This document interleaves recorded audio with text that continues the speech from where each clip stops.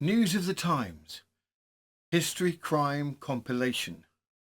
News of the Times' favourite Georgian era crime cases. Welcome to News of the Times. In today's episode, we delve into the dark and murky world of the pre-Victorian era. Life was somewhat more grim and poverty was rampant, with far more distinct class rankings, those with and those without. Case 1. The Alice Arden love triangle. We start this compilation episode with a favourite of ours from 1551 under the reign of Edward VI, the young son of King Henry VIII, and a woman who attempts to kill her husband 7 times. Case 2. Terrible Thomas Simmons. This case from 1807 involves a young man in love with an older maid who, upon the advice of her mistress, rebuffs his advances. Thomas's vengeance is terrible. Case 3. Jane Scott, the bad girl of Preston. 1828, Preston and dead bodies associated with Jane Scott keep showing up. Case 4. The case of John William Holloway. This brutal case from 1831 Brighton made national papers due to its absolute gory factor. Another tragic love triangle with an outcome that would prove shocking even in today's more jaded age. Case 4. The case of John William Holloway. This brutal case from 1831 in Brighton made national papers due to its absolute gory factor. Another tragic love triangle with an outcome that would prove shocking even in today's more jaded age. Case 5. The Plumstead Poisoner Mystery. A mysterious case from 1833 with one death but many poisoned. Was this a targeted killing, or did the remaining family escape with luck? And what of all the additional servants? Case 6. The Murder of Hannah Brown. A case from 1836 so gruesome that the accused's name became a new moniker to describe dismemberment and body parts strewn around. Further particulars. In keeping with our Georgian era theme, this case that takes place at a parsonage with the adjoining cemetery describes a family terrorised by early morning violent knocking around the house. The haunting of the family apparently went on for years. We very much hope you enjoy the show. Case 1. The Alice Arden love triangle, 1551. Love triangles are as old as time. We have chosen this story due to its renown in the day, probably due to its lurid detail and the several failed attempts she made to murder her husband. This story is described in great length in both the Newgate Calendar and the Chambers Book of Days. Background. Alice Arden, née Brigantine, was born in 1516 to prosperous parents. She was described as comely, both in body and appearance. She married Thomas Arden at an unrecorded date. They made their home of Faversham Abbey.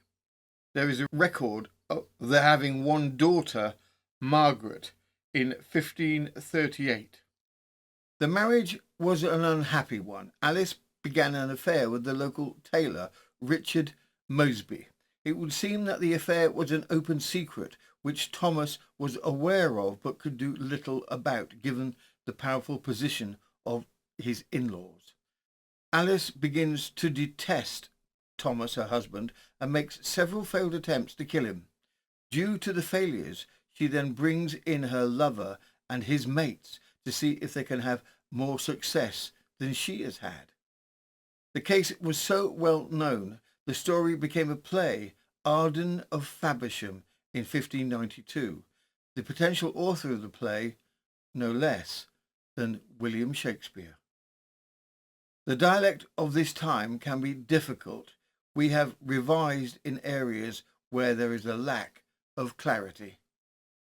From the Newgate Calendar, Alice Arden of Feversham, executed with her lover Mosby and others in the year 1551 for the murder of her husband.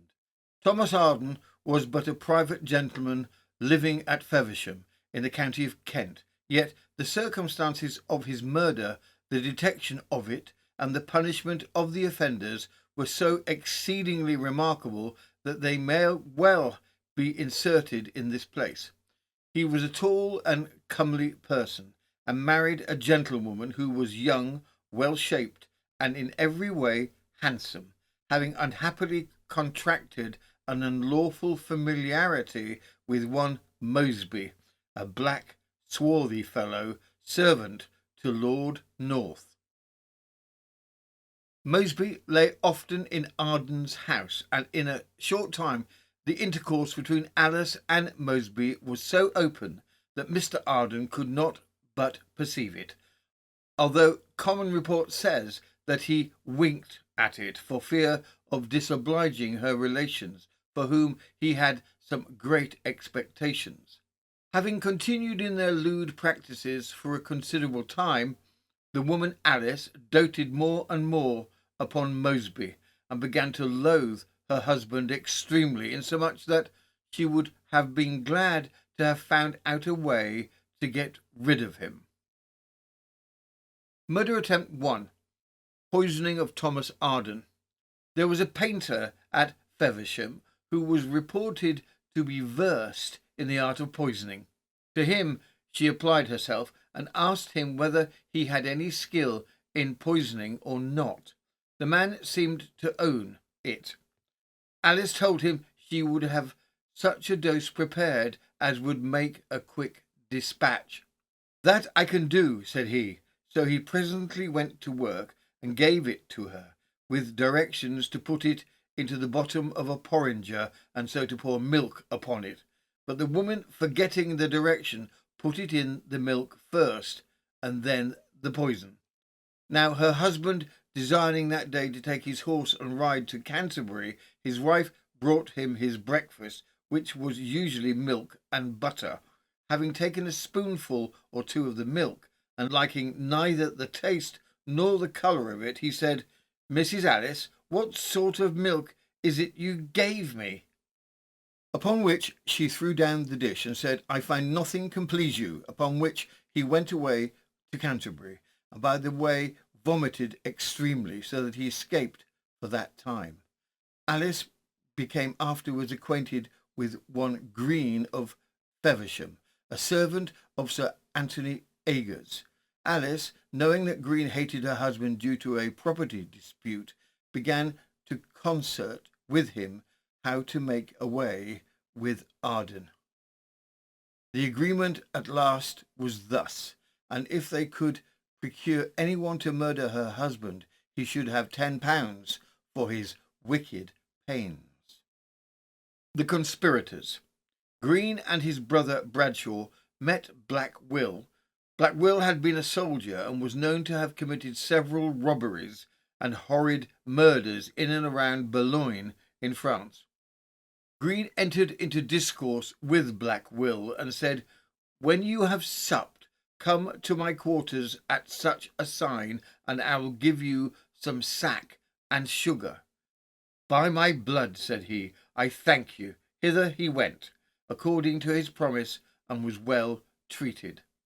Then Green and he went and talked together aside from Bradshaw, with Green proposing to give Black Will £10 to kill Mr. Arden. Black Will answered with a great oath, he would if he could but know him.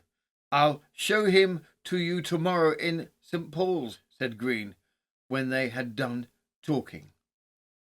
Green bade Black Will to go home to his quarters, and then, sitting down, he wrote a letter to Alice Arden, wherein, among others, he made use of these expressions: "We have got a man for our purpose. We may thank my brother Bradshaw for it." For our listeners, this letter written to Alice Arden would eventually convict him and his brother. Bradshaw, knowing nothing of the matter, took the letter and went the next morning and delivered it to Alice Arden, while Green and Black Will bent their course to London. Murder plot 2. Killing Thomas Arden in St. Paul's churchyard. Black Will proposed to murder Mr. Arden in Paul's churchyard, but there were so many gentlemen with him that he could not effect it. Murder plot 3. Killing Thomas Arden in his lodgings. In short, Thomas Arden has taken lodgings in London for his business there. The plan is for Michael, the manservant, to leave everything unlocked so that Black Will can get in and kill Thomas Arden. Michael becomes afraid that he will be killed too and changes his mind about leaving the doors unlocked. Thomas Arden escapes this plot. Murder plot 4. Waylaying Thomas Arden on the road. In short, Thomas Arden is now travelling back home from London. The plan is that Black Will ambush him along the way and kill him on the road. Michael again is worried that he will be killed too. He makes his horse go lame so that Thomas Arden will be riding on his own as his horse is looked at in the next town. The Newgate calendar continues so that his master rode on, but before he came to the place where Black Will lay in wait for him, he was overtaken by several gentlemen of his acquaintance, so that the assassin failed here also to accomplish his bloody design. Murder plot 5. Waylaying Thomas Arden on the road. Black Will are now staying at a friend's of Green's storehouse, waiting for the moment to kill Thomas Arden. Alice Arden brings him food during the wait several times. The intention is again to waylay Thomas Arden along his way and kill him on the road. Black Will becomes lost and waits for Thomas Arden in the wrong place. Thomas Arden escapes again. Murder plot 6. Waylaying Thomas Arden on the road. Rather complicated, but it would seem that once again Thomas Arden was out riding and was to be waylaid by Black Will. But Black Will missed his chance. From the Newgate calendar, murder plot 7. Picking a fight openly with Thomas Arden. St. Valentine's Day being near, the villainous crew thought it a proper time to perpetrate their wicked devices. Mosby intended to pick some quarrel or other with Arden at the fair, and so fight with him, saying he could not find it in his heart to murder a gentleman in such a manner as his wife would have it. Although Mosby and Alice had made mutual promises to each other to be altogether as man and wife, and had thereupon received the sacrament at London openly together.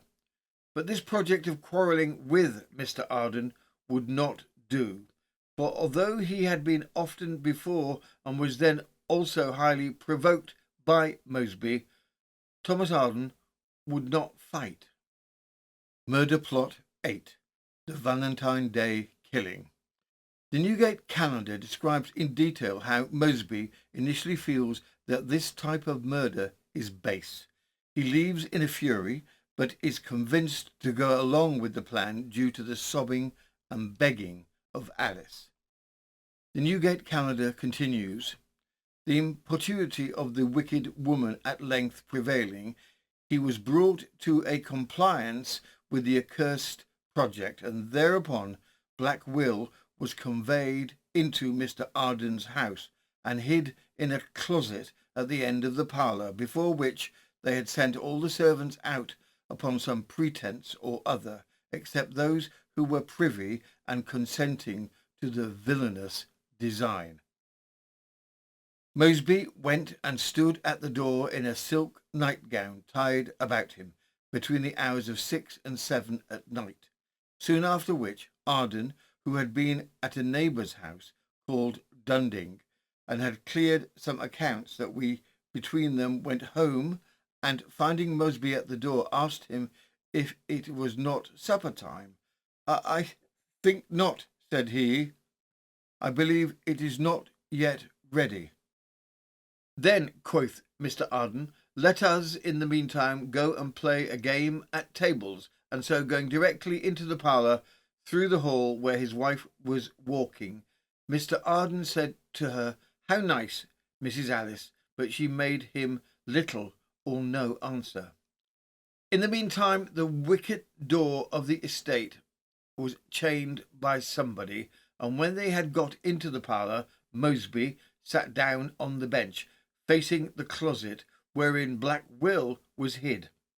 Michael, Arden's man, stood behind his master with a candle in his hand to shadow Black Will, that his master might by no means perceive him to come out of the closet. In their play, Moseby said, and that was the signal for Black Will to come out, now, sir, I can take you if I please. Take me, said Arden. Which way? With that, Black Will rushed out of the closet and threw a towel about his neck to stop his breath and strangle him. Then Moseby, having a pressing iron weighing 14 pounds at his girdle, struck him so on the head with it that he knocked him down, upon which he gave a loud groan, which made them believe he was killed. From the parlour they carried him into the counting-house, where, as they were about to lay him down, the pangs of death came upon him, and groaning in a most grievous manner, he extended himself, and Black Will, giving him a terrible gash in the face, flew him and killed him outright. Then he laid him along, and he took his money out of his pocket and the rings off his fingers, and coming out of the counting-house said, the business is over, give me my money, upon which Mrs. Arden gave him £10, and he then went to Green's, borrowed a horse off him, and rode away. Clearing up the crime. After Black Will was gone, Mrs. Arden went into the counting-house, and with a knife struck the corpse 7 or 8 times in the breast. Then they cleaned the parlour, wiped away the blood with a cloth, and strewed the rushes which had been disordered during the struggle. The cloth and the bloody knife wherewith she had wounded her husband they threw into a tub by the well's side, where they were afterwards both found. This done, she sent for 2 Londoners then at Feversham to come to supper, to which they had been invited before the horrid murder was committed. They were grocers by trade, and their names were Prune and Cole. When they came, she said, I wonder where Mr. Arden is. He will not stay long. Come, let us sit down. He will be quickly with us. Then Moseby's sister was sent for, and sat down with them, and they all were very merry. When supper was over, Mrs. Arden made her daughter play on the virginals, and they danced, and she amongst them frequently saying, I wonder where Mr. Arden stays so long. Come, let us sit down. He will surely soon be with us. Let us play a game at tables. But the Londoners said they must go to their lodgings, or else they should be locked out, and so took their leave of the company and departed. As soon as they were gone, the servants who were not privy to the murder were sent into the towns to look for their master, and others upon other errands. Then Michael, a maid, and Moseby's sister, and one of Alice Arden's own daughters, took the dead body and carried it out into a field adjoining to the churchyard, and to his own garden wall, through which he went to church. In the meantime it began to snow, and when they came to the garden door they had forgot the key, so that one of them was sent to fetch it. It was brought at last, and the door being unlocked, they conveyed the corpse into the field, about 10 paces from the door of that garden, and laid it down on its back, in its nightgown and slippers, between one of which and the foot struck a long rush or 2. Having by this management effectually secured themselves, as they imagined from all manner of discovery, they returned the same way into the house. The doors were opened, and the servants who had been sent into the town being come back, it was by this time grown very late. However, the wicked woman sent her people out again in search of their master, directing them to go to such places where he most frequented, but they could hear no manner of tidings of him. Then she began to exclaim and wept like a crocodile. This brought some of her neighbours in, who found her very sorrowful, and lamenting her case, that she could not find out what was become of her husband. After they had searched other places up and down, they came at length to the ground where the dead body was laid, where Prune, the London grocer above mentioned, happening to spy it first, called to the rest of the company, who, narrowly viewing the same, found it to be the corpse of Arden, and how it was wounded. They found the rushes sticking in his slippers, and they found some footsteps of people in the snow between the place where he lay and the garden door.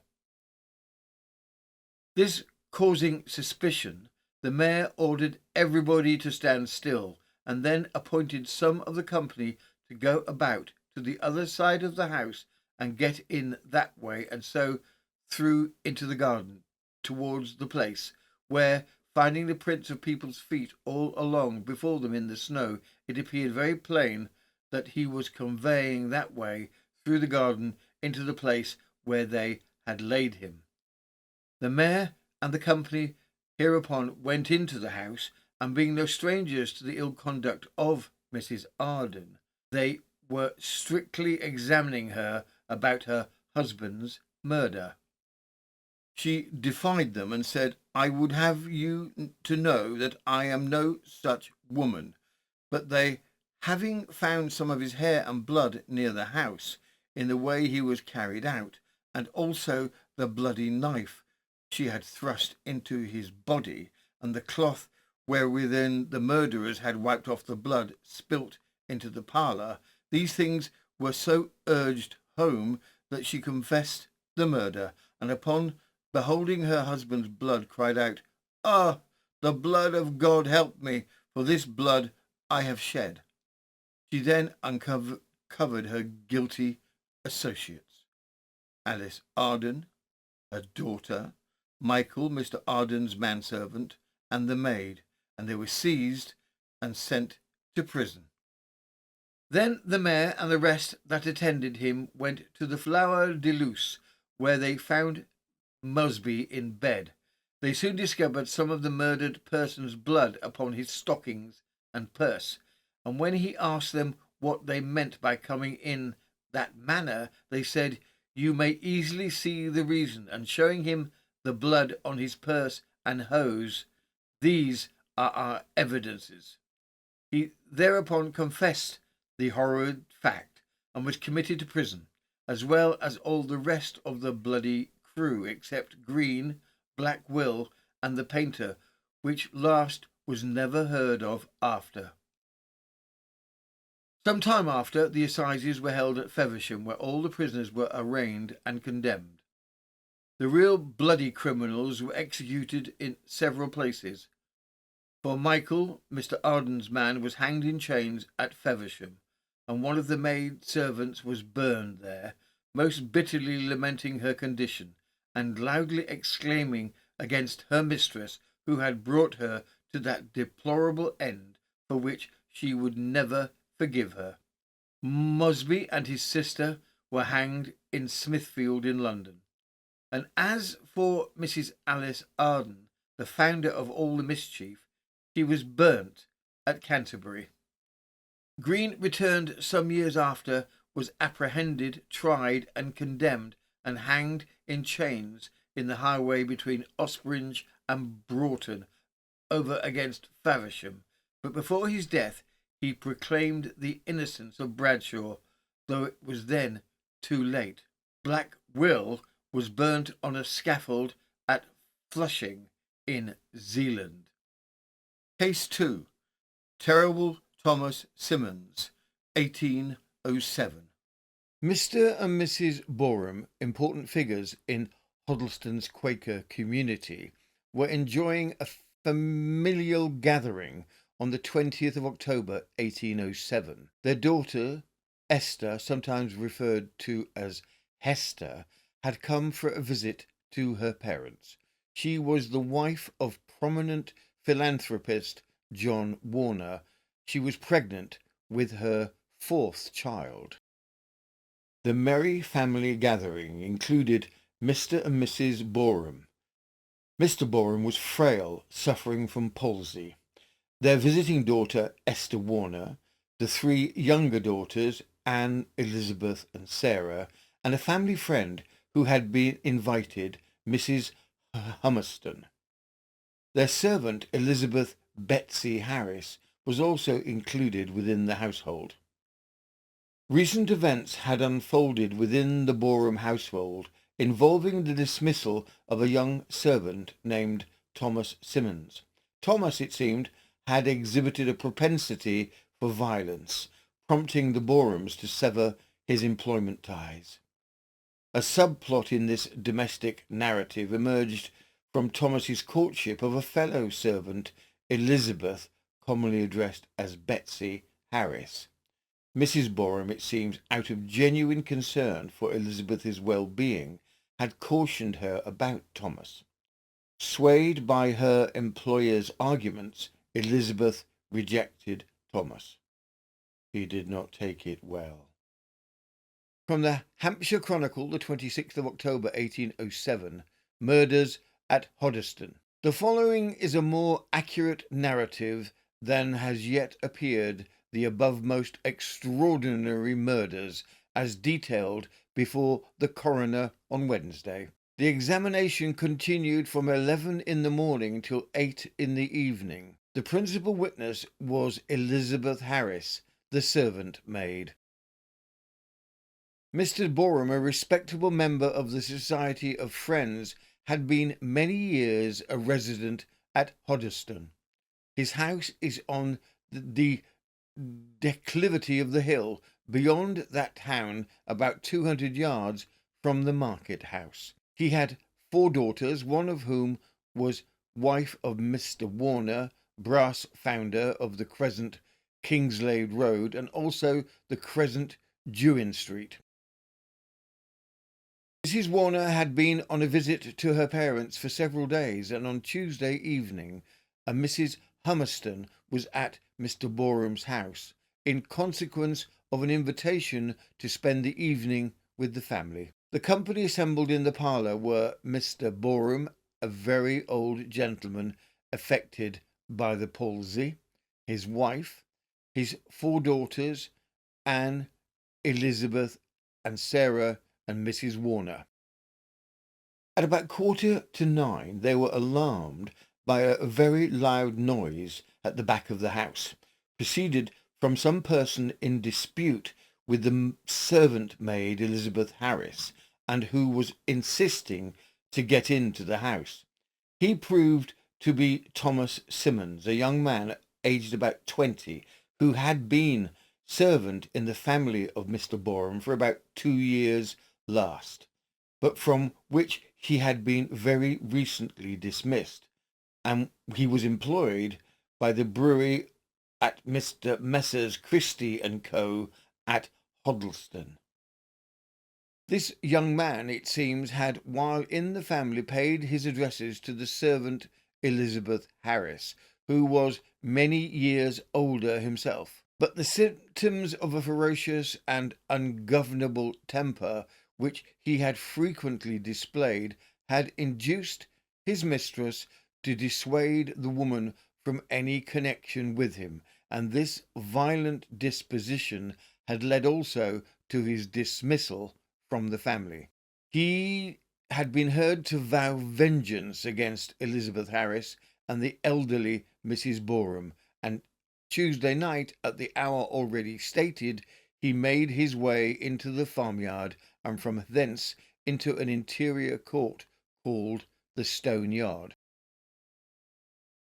Elizabeth Harris, seeing his approach, retired within a scullery and shut the door against him. He demanded admittance, which she refused. High words according arose, and he plunged his hand, armed with a knife, through a window lattice at her, but missed his aim. This noise alarmed the company in the parlour, or keeping room as it was called. Mrs. Hummerston was the first to come forth, in hope of being able to intimidate and send away the disturber. But just as she had reached the back door leading from the parlour to the stone yard, Simmons, who was proceeding to enter the house that way, met her, and with his knife stabbed her in the jugular artery, and pulling the knife forward, laid open her throat on the left side. She ran forward, as is supposed, for the purpose of alarming the neighbourhood, but fell and rose no more. The murderer pursued his sanguinary purpose and rushed into the parlour, raised and brandished his bloody knife, swearing a dreadful oath that he would give it to them all. Mrs. Warner was the person next to him, and without giving her time to rise from the chair, gave her so many stabs in the jugular vein and about her neck and breast that she fell from her chair, covered with streams of blood, and expired. Fortunately, Miss Anne Borehamn had been upstairs immediately previous to the commencement of this horrid business, and her sisters Elizabeth and Sarah, terrified of the horrors they saw, ran upstairs too for safety. The villain next attacked the aged Mrs. Borehamn by a similar aim at her jugular artery, but missed the point and wounded her deep in the neck, though not mortally. The poor old gentleman was making his way toward the kitchen when the servant maid was, and the miscreant, in endeavouring to reach the same place, overset him, and then endeavoured to stab the maid in the throat. She struggled with him, caught the knife, and was severely wounded in the hand and arm. The knife fell in the struggle. She, however, got out at the back door and made her way into the street, when, by her screams of murder, she alarmed the neighbourhood. The poor people residing near the house were all in their beds, but the whole town was soon in an alarm.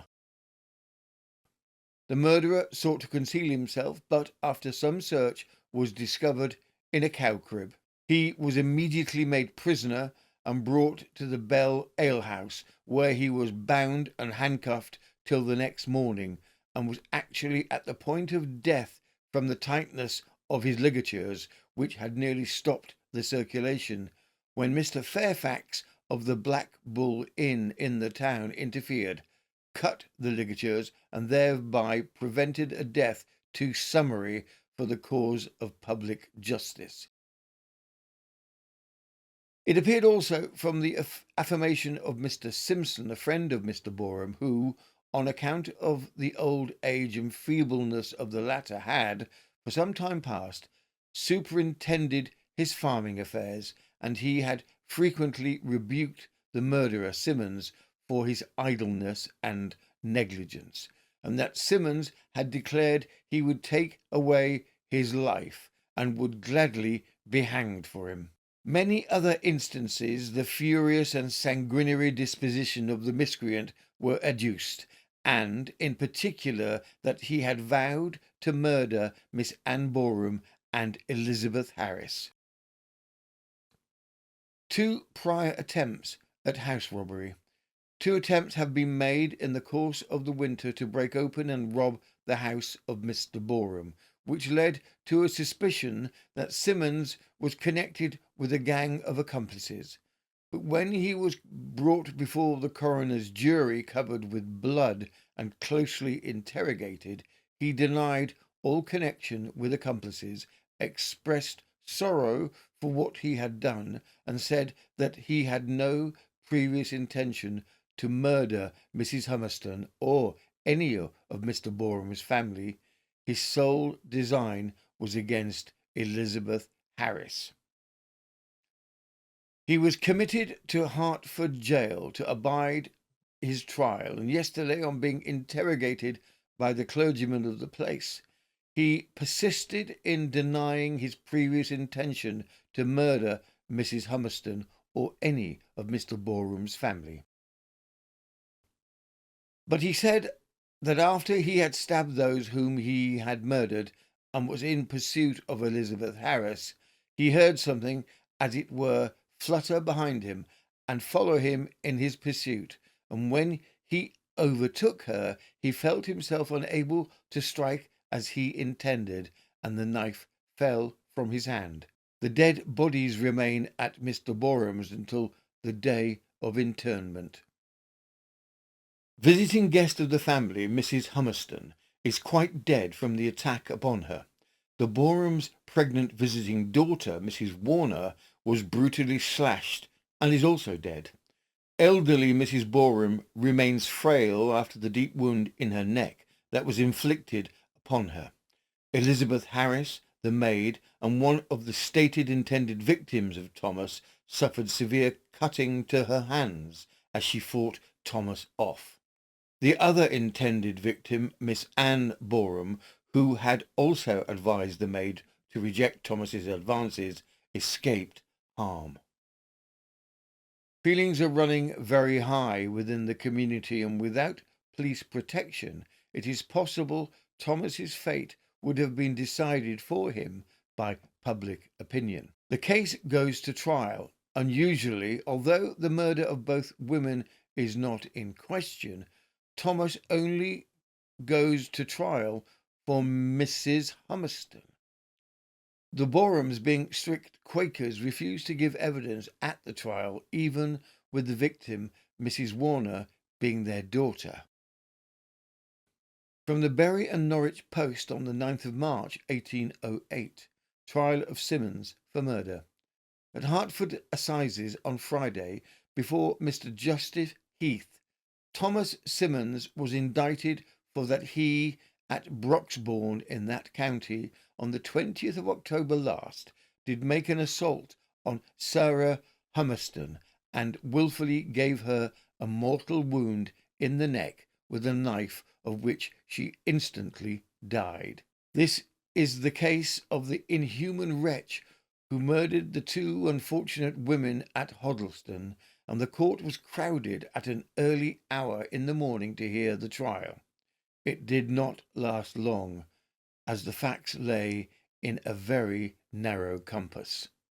Mr. Pooley, as counsel for the prosecution, stated to the jury that it was not possible but they must have heard of the case. He entreated them to dismiss from their minds all they had heard elsewhere, and attend only to the evidence which would be laid before them. He then stated the facts as below detailed, and called the following witnesses. Samuel James, a surgeon at Hoddleston, deposed that on the 20th of October he went to the house of Mr. Boreham at Hoddleston, and on going to the house he saw Mrs. Hummerston leaning against the paling near the door. She was then alive, but died in 3 minutes after, of a wound in the neck near the spine. Elizabeth Harris, servant of Mr. Boreham, said she had lived 4 years with the Boreham household. Simmons, the prisoner, had lived there 3 years and quitted it last Michaelmas. The prisoner wished to marry her, but her mistress disapproved of it. They had quarrelled before he quitted the service, on which occasion he beat her, and when he had done, he said he did not care if he had killed her. He had often said he would make away with her because she would not marry him. The event. At about 8:30 in the evening of the 20th of October, he came to the house. She was in the kitchen and heard him coming along the yard. He was swearing violently. He came up to the window and struck at her through the lattice, and swore would do for them all. She desired him not to make a noise, as they had company. He said he did not care for the company, he would do for them all. Mrs. Hummerston hearing the noise, opened the room door and came to the yard. She told him to go away. He gave her a blow on the head, which knocked off her bonnet. She ran into the house, and he immediately followed her. The witness, Elizabeth Harris, immediately heard the shrieks of murder, but did not know from whom. All the family were in the room. Mrs. Boreham's daughters, the three young ladies, Mrs. Warner, the married daughter, Mr. Boreham and his wife, and Mrs. Hummerston. In a very short time the prisoner came to the wash-house. To her, Elizabeth Harris. She shut the door and cried out murder. Miss Harris then ran into the sitting-room. She there saw someone lying under the window. She ran from thence down a passage. The prisoner, Thomas Simmons, followed her. She there met her master with the poker in his hand in running hastily. Her master, Mr. Boreham, who is a very old and feeble man, was knocked down. The prisoner caught her and threw her down and drew a knife on her. He threw her across Mrs. Warner, who was lying dead, as she believed. He drew a knife across her throat, but she guarded it with her hand, which was cut. He made a second blow. When she wrestled the knife out of his hand, he immediately ran away, and she saw no more of him. Sarah Cakebury, witness, said she lived near Mr. Boreham and heard the cry of murder. She passed Mrs. Hummerston and went into the house. She saw Mrs. Warner lying dead under the window. George Ninnan, witness, said on the evening of the 20th of October he went to Mr. Boreham's at Hoddleston. Finding what had been done, he went in search of the murderer. In the cowhouse he found Thomas Simmons's hat. He went in and a further search, but the prisoner was found by another party. Thomas Copperwheat, witness, disposed. He went in search of the murderer. He discovered Simmons concealed under some straw in a crib in the farmyard. He had on him a smock frock, very bloody. The place where he was found was about 100 yards from the house. Benjamin Rooke, coroner, said when the evidence of Harris was read to the prisoner, he said it was very true he had murdered them, and no one else. He added that he did not intend to have murdered Mrs. Hummerston, but he went with the intention of murdering Mrs. Boreham, Mrs. Warner, and Harris, the maidservant. The constable who carried him to prison deposed to the same effect.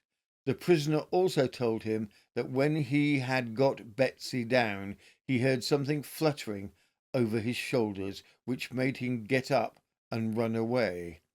The prisoner, being called upon to know if he had anything to say, answered in a careless tone, "No." Mr. Justice Heath told the jury the case was so very clear that it must be unnecessary for him to address any observations to them. The prisoner, as they had heard, had more than once voluntarily confessed his guilt. The jury found him guilty, and the learned judge immediately pronounced the sentence of the law that he should be hanged on Monday next, and his body anatomized.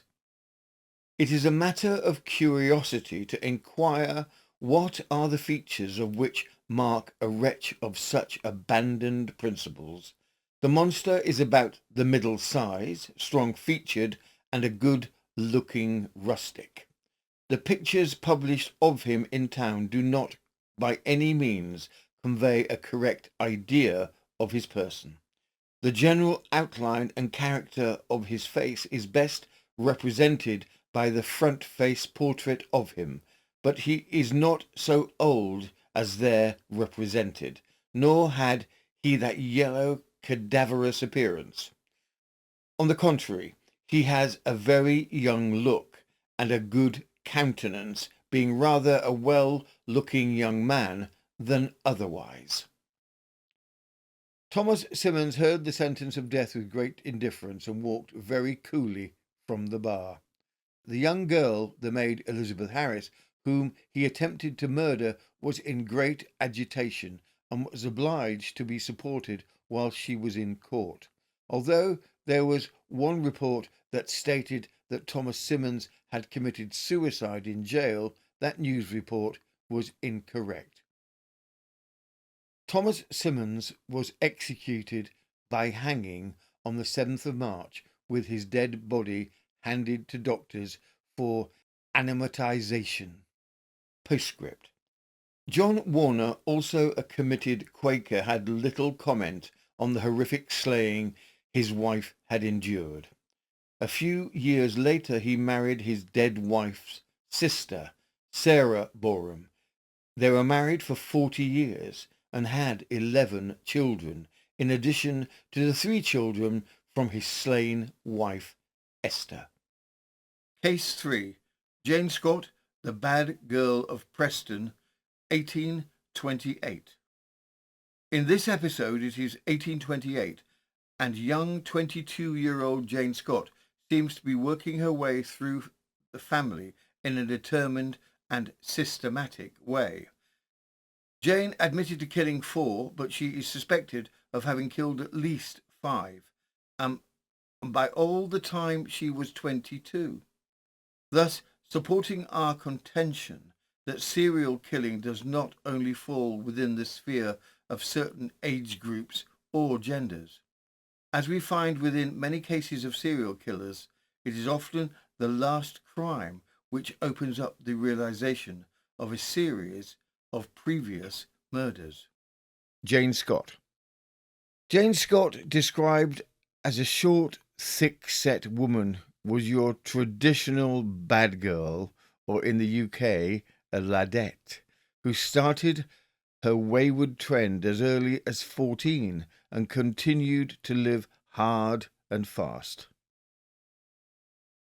Preston, Lancashire. In the heart of Bridge Street, a once respected Methodist preacher and shopkeeper, John Scott, and his wife Mary lived a life seemingly filled with devotion and integrity. However, behind the closed doors of their modest home, a tale of sorrow, scandal, and unexplained deaths would soon unfold, leaving the community stunned. The Scott family consisted of 3 daughters, Mary, Jane, and the late Maria, who tragically passed away at the tender age of 8. It was during the year of Maria's passing in the spring of 1821 that young Jane, at the tender age of 15, found herself in an unfortunate circumstance.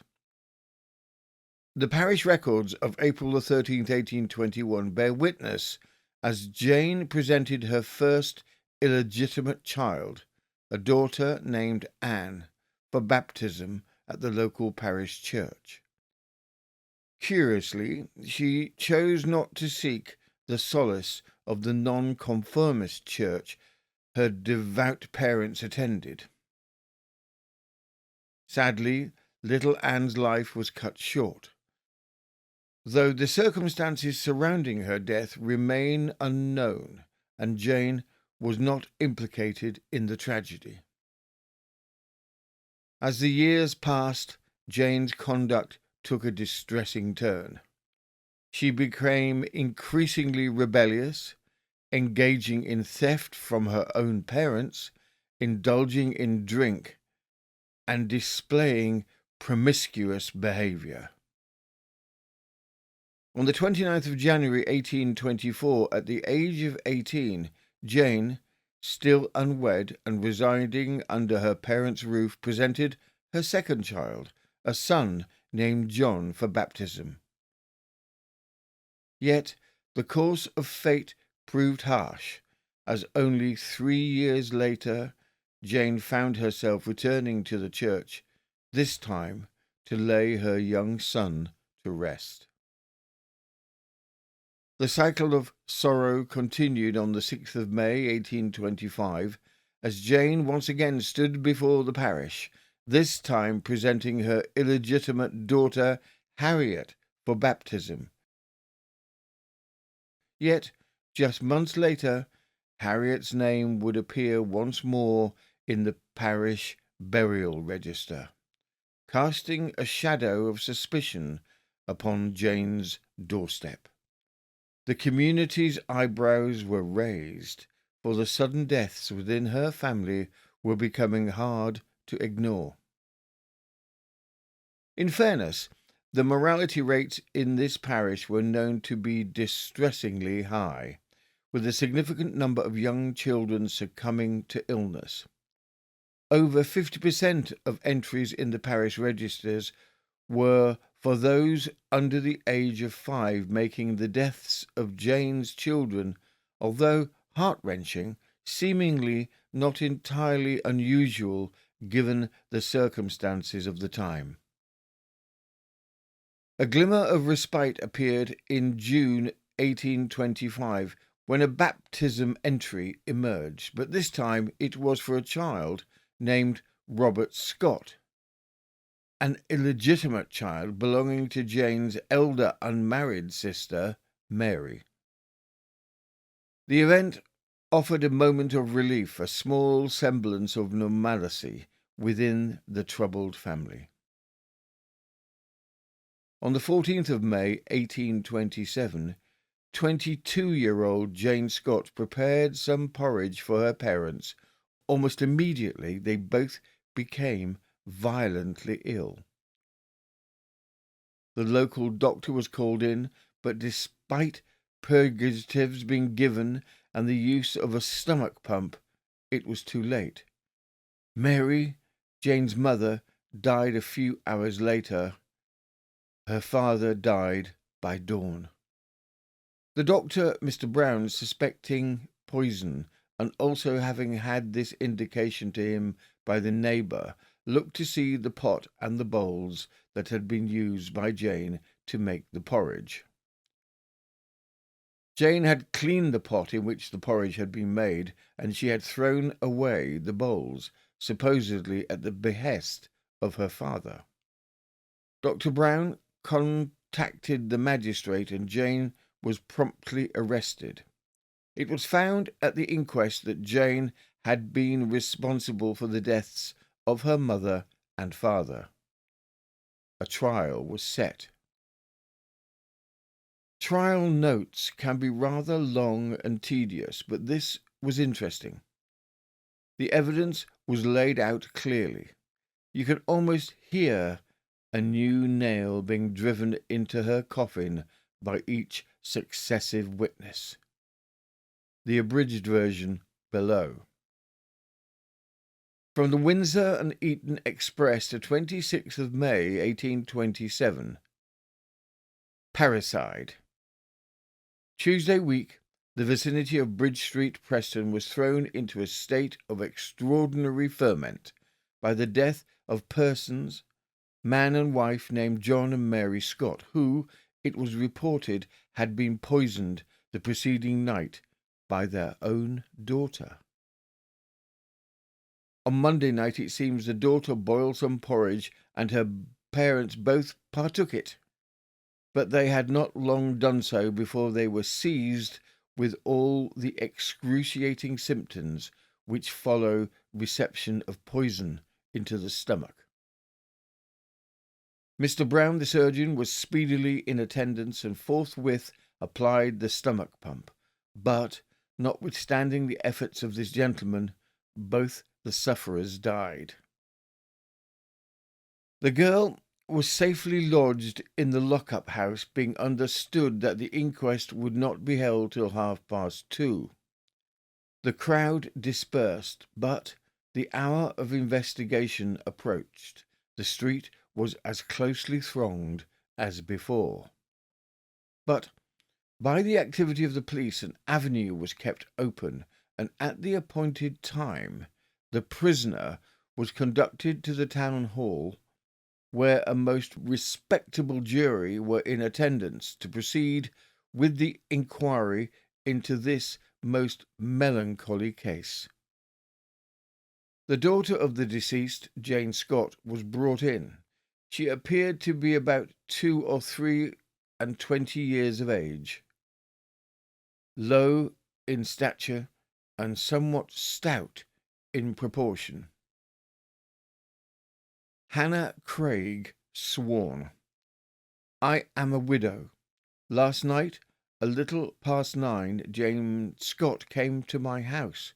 She appeared to be in a state of alarm and said, "Oh, Mrs. Cragg, come to our house. My mother is dead." I said, "Oh, no, Jane, your mother is not dead." She replied, "Oh, yes, she is. My father is holding her up." She wanted me to go immediately, but she got hold of the key of the door to lock it and appeared very anxious for me to go. She went away first, and I made up to the house and followed. When I got to Mr. Scott's house, I found the lobby door of the house open, and I went in. The first person I saw was Mrs. Scott. She sat in the kitchen part of the house, near the door. She was able to speak. I said first, "Hey, Mrs. Scott, what is to do with you?" She said, "We are poisoned." I said, "Whatever have you took?" She said they had had some porridge. I asked how much porridge she had taken, and she said she had only scraped the pan. I understood her saying that she had only scraped the pan meant that she had eaten the remains of the porridge mixed with buttermilk. I asked where was Mr. Scott. She said Scott is as bad as me. I found him in the yard, and I went there to look for him. He was vomiting violently, and I asked him to come in. He came into the house with me, went into the kitchen where Mrs. Scott was still sitting. Mrs. Scott said many times over that she had been poisoned with the porridge. The daughter, Jane Scott, was in the room and heard Mr. and Mrs. Scott complain of the porridge. She said she would quit of the porridge. She went into the pantry and came out again immediately with a basin of porridge in her hand. Mr. Scott said, "Hold, Jane, don't take them out," or words to that purpose. She did not attend, but went straight out. She went quickly out of the house and took the basin with her. She soon came back. She had the basin and another woman with her. She didn't say anything. I think she took the basin into the pantry. Mr. Scott wished Jane Scott and the woman to go for Mr. Brown, the surgeon. They did, and he came immediately. Jane Scott remained in the house and went backwards and forwards. I understood both from Mr. and Mrs. Scott that the daughter had made the porridge. I went away before either of them died. David Graham, sworn. I am a filer. I live in Preston. Mrs. Scott was my mother. I am married and I do not live with them. I was at the house between 9 and 10 on Saturday night. Mother and father appeared in good health then. I didn't see the daughter, Jane. I had not any particular conversation with them, my parents and Jane Scott having been at variance frequently. They had some reason to complain of her conduct. I have been present when they have remonstrated with her. They have had sometimes very high words. The last time was about a month or 6 weeks ago. Jane Scott, who was present during this deposition here, fainted away and was carried out of the court in a state of insensibility. He continued, Jane has been subject to fits for 3 years. I think they have affected her mind. Thomas Emmett, sworn. I am a druggist and reside in Friargate. I knew the deceased John Scott. I only know the daughter, Jane Scott, by her coming to my shop. She is present now. She came first to me about 2 months ago. She wanted a £1/4 of arsenic. I asked her I asked her what she wanted it for. She said she wanted to kill rats, for they had destroyed her father's cheese and bread. I asked her where she lived. She replied, at a shop in Bridge Street. I let her have the arsenic. She paid for it, sixpence. It is 2 shillings a pound. She also told me her name, but I had forgotten it. In the course of a fortnight after, the same woman came again and said the rats were not quite destroyed, therefore she wanted more. To the best of my recollection, she had 1.5 ounces more, which cost 3 pence. She told me that she lived at a shop in Bridge Street. She came again last week on Thursday or Friday. I again asked her what she wanted it for. She asked for 3 pennies worth. She said she wanted to put it into whitewash to wash the walls and destroy the bugs. George Richardson, sworn. I am a moulder. I have known James Scott about 2 months. I was with her on Thursday last. It was at night. I was going by her door and she beckoned me in. Her mother was gone out, and there was another girl in the house when I went in. I stopped from 6:30 to 10. In the course of conversation, she wished me to marry her. She said the goods and the 2 houses were assigned over to her by her father. I said that is naught to me. She replied, if I could not believe her, she would go and fetch the paper. She went into the shop and brought the paper. It was partly printed and partly written. There was also a stamp upon it. This paper was subsequently produced and proved to be only a tobacco license. He continued, I should know it again if I were to see it. I only read a line or two, but I did not understand it. Mr. Brown, surgeon. I was called in to the deceased at about 9:30 on Monday night. Whilst at the house, I had a conversation with Jane Scott. On getting to the house, it was necessary that a quantity of water should be boiled, and in the meantime I desired to see the pan. I had learned from Jane Scott, when she called at my house, that she had made the porridge. While I was in the act of using the pump, the pan had been removed from the spot on which it was at first placed. I then perceived that its contents had been washed away. I inquired who had been meddling with the pan. Jane Scott said she had taken it away and rinsed it out. I said you should not have done so, for I particularly wished to examine the pan. She said she had done it for the purpose of boiling water in it. I told her that the pan had not been used for boiling water for the use of the patients. She made no reply. I next desired her to bring the basin of porridge her father had eaten out of. She said she could not, for she had thrown them into the canal. I expressed my surprise that she should take such a distance. She said her father had told her to take them out. I asked if she was in the habit of taking things to the canal to throw away. I forgot the reply, but it amounted to negative. I inquired to see the basin. She brought me one, and it appeared to have been washed, but not sufficiently to prevent my observing that meal or porridge adhered to it.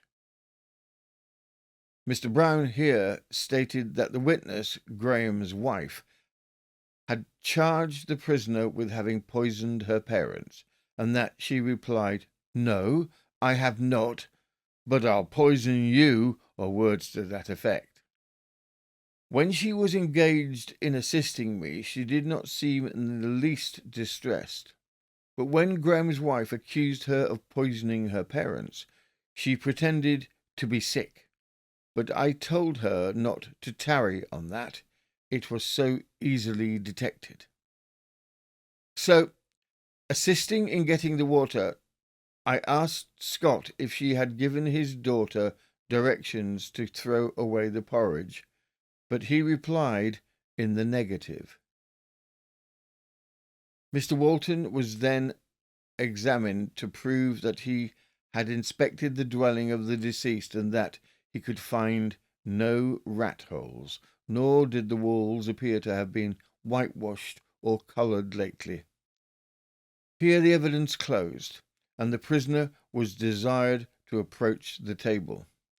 Her general appearance had altered much for the better since her last examination. During the whole morning she seemed perfectly composed, and when called upon advanced with much readiness and self-possession. The mayor stated, "Jane Scott, there are suspicions that you have put arsenic into the porridge of which your parents have eaten." The prisoner interrupting his worship, "I did not." His worship then recommended her to retire, and she accordingly drew back and left the room apparently unwell. Soon afterwards the jury withdrew to consider their verdict, and in 5 minutes or less they returned and gave in a verdict of wilful murder against Jane Scott. There had been quite a wait between her arrest and the actual trial. The whole of the time whilst in prison, Jane maintained her innocence. When asked about this after her trial and the guilty sentence, she stated it was because she was certain she would get off and be declared innocent. As for the reasons for killing her parents, it seemed she had wanted to be married to the aforementioned George Richardson. He had pleaded poverty. He stated to her that he did not have the means to support a wife. Jane told him that her father had signed over all the property to her. George did not believe her. Jane showed him a piece of paper supposedly purporting to be the document signing over all the goods to Jane. However, George was illiterate and unable to understand the piece of paper she waved in his face. It was actually a tobacco license. Her father had not signed over anything to her. It would seem that Jane felt the only way she could get George to marry her was to kill her parents. And as for the other murders, Jane gave no reason as to why she had killed the one son she confessed to. She did not mention the deaths of her other 2 illegitimate children. Her reason for killing her sister's child was due to a spat they had going on at the time. Jane wished to take revenge on her sister, so killed her child. From the North Wales Chronicle, the 27th of March, 1828. The execution of Jane Scott. On Saturday last, at an early hour, Lancaster was filled with strangers from all parts of the country to witness the execution of Jane Scott, particularly from the neighbourhood of Preston, the place where this wretched woman had perpetrated her horrid crimes. Mr. Baron Hullock concluded the business of the assizes at about 11 o'clock in the forenoon, and about an hour after took his departure for York. Soon after his lordship left the court, the churchyard and every other place which afforded a view of the fateful spot was crowded to excess. Indeed, the number of persons collected on the present occasion exceeded every former assemblage on a similar occasion within the recollection of the oldest inhabitant. We understand that the wretched woman had apparently more calm since she confessed her numerous crimes. On the evening of her condemnation, she acknowledged in the presence of the chaplain of the jail and the matron of the prison that she had not only been the cause of her father and mother's death, but that she had also poisoned 2 children, one her own illegitimate offspring and the other child of her sister.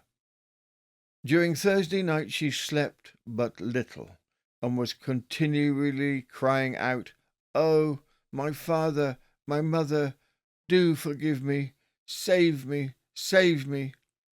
Oh, Tommy, my dear child," meaning her child which she had poisoned. The unhappy creature added that bad company was the first cause which led her to her depraved habits, and that she had kept acquaintance with women of the town, and frequently robbed her parents for the purpose of supplying them with drink, etc. From the age of 15 she said she had led the most wretched life, and had robbed her parents to such an extent that, previous to their deaths, they were reduced to the utmost distress. That the evening on which she committed the inhuman deed she had been drinking at a public house with 2 persons, and in consequence of some words which fell from one of them, she went home, mixed the arsenic first with the water and then with the meal, and made the porridge, which her father and mother afterwards partook of, and which caused their death. On being asked by the reverend gentleman in how she could keep all this so concealed since the last assizes, she replied with the utmost indifference, because she thought she would get off. After she was condemned, she was put to bed, from which she did not rise until a short time previous to the execution. Once Jane had been found guilty with no possibility of reprieve, she went to her bed and stayed there and refused food. Justice was swift in those days, and she was to be hanged within 48 hours of the sentence. During this time, Jane supposedly became so enfeebled she was not able to stand on her own to get to the scaffold. A special high chair was taken out for her to be taken to the scaffold, as she then acted incapable to walking there herself. The execution brought in thousands of people to watch. Jane did not disappoint, and the event was dramatic. From the North Wales Chronicle, 27th of March, 1828. The execution of Jane Scott. At an early hour on Saturday morning, the chaplain to the jail again visited her for the purpose of administering religious exhortation, and he continued with her till the hour of execution. At 12 o'clock, the under-sheriff, officers, and javelin men proceeded to the spot and placed themselves around the scaffold, and shortly afterwards the wretched woman was seen approaching the fatal tree, supported by 2 female attendants, and, to all appearances, more dead than alive. She just merely opened her eyes just as she reached the outside wall of the castle, but did not appear as if she was conscious of her fate. The executioner then adjusted the rope and drew the cap over her face. The chaplain approached and read part of the burial service, the 2 women supporting her during the time. The executioner, having gone below, was about to turn her off, and the 2 women were consequently in a critical state, being liable to be let down by the falling of the trap-door, which the chaplain perceiving, he beckoned to the 2 women, who instantly left the convict, and she, unable to support herself, fell backwards to the extremity of the rope and swung round with her face towards the crowd. At this moment a sudden burst of horror issued from the vast assembly. The bolt was immediately withdrawn, and she was launched into eternity almost without a struggle. In about a minute and a half she appeared to be quite dead. The crowd, amongst which were observed several young women who had been acquainted with the miserable victim and who appeared to be deeply affected, then gradually dispersed. Her body was taken down after hanging the usual time and given to the surgeons to be dissected and anatomized pursuant to the sentence. Seldom, if ever, has a more dreadful instance of human depravity been criticized than in this young woman, and seldom has a human being gone to retribution under circumstances more awful. It is scarcely using language too strong to say that in her conduct, from the commencement of her career of vice and crime to the moment when her life was cut short by public justice, she exhibited a combination of fiend-like depravity and brutish insensibility. The indulgence of her sensual appetite seemed to have swallowed up everything like natural feeling, and her end is a terrible example to those who are following the same course. Jane was executed March the 22nd, 1828. We close this episode with this parting shot from the Atlas. From the Atlas, March the 30th, 1828. Execution. Jane Scott, convicted at Lancaster for having poisoned her father and mother, was executed there on Saturday, March the 22nd. The history of this woman is one of the most revolting depravity. Although only in her 22nd year, she has, according to her own confession, been guilty of the murder of 4 of her fellow creatures, having also poisoned 2 illegitimate children, one her own offspring, a boy of 4 years old, and the other a girl of 18 months belonging to her sister. The latter crime she committed through revenge, on account of a quarrel with her sister, and it was supposed the child died in a fit. Some inquiry was made into the death of her own son, but nothing could be proved. Ever since she was 14, she had led a dissolute life and had been continually robbing her parents. Case 4. The brutal case of John William Holloway, 1831. In this episode from 1831, we are in Brighton, where a peculiar love triangle takes place amongst 3 unfortunates. John Holloway, who reckoned himself a bit of a ladies' man, was a gambler who used women as a means to feed his habit.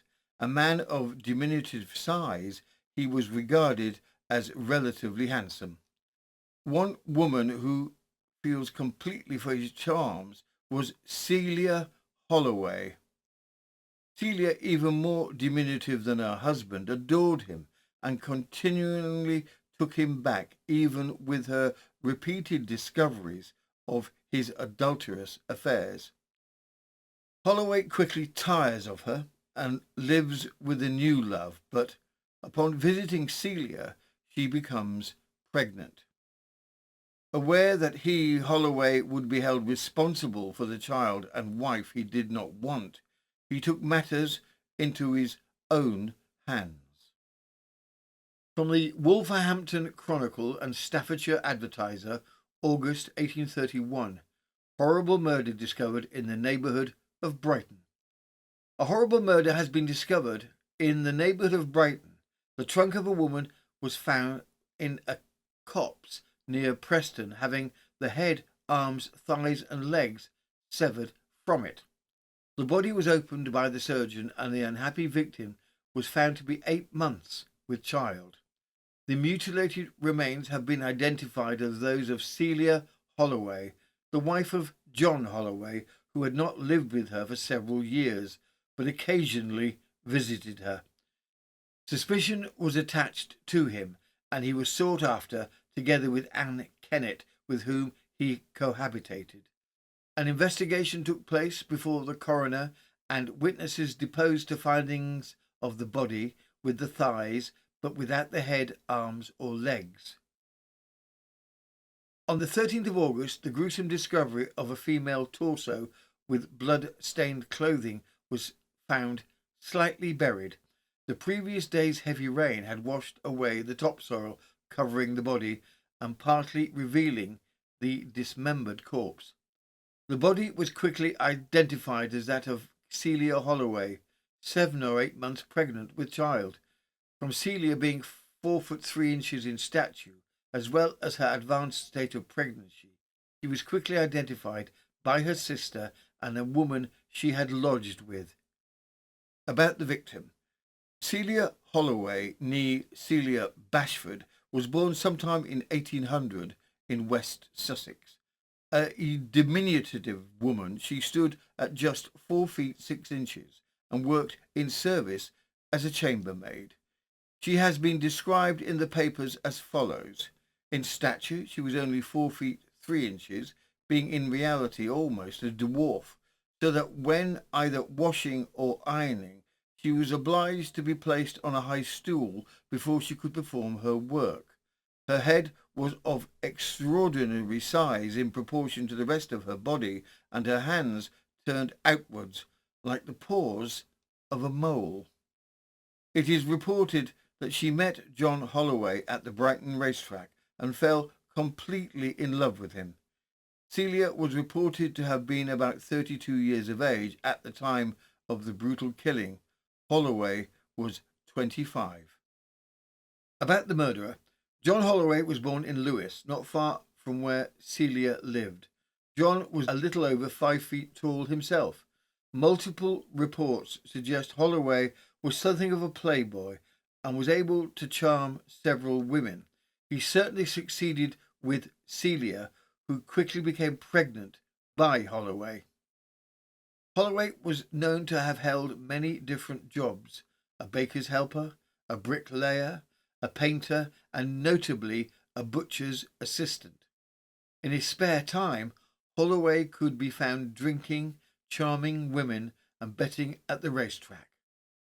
Several accounts relay John Holloway's public disdain and dislike for Celia, which often resulted in abuse to her, especially when he had been drinking. Yet the two continued their on-off-again relationship long enough for Celia to become pregnant. Setting the scene. Upon Celia's pregnancy, Holloway refused to marry her.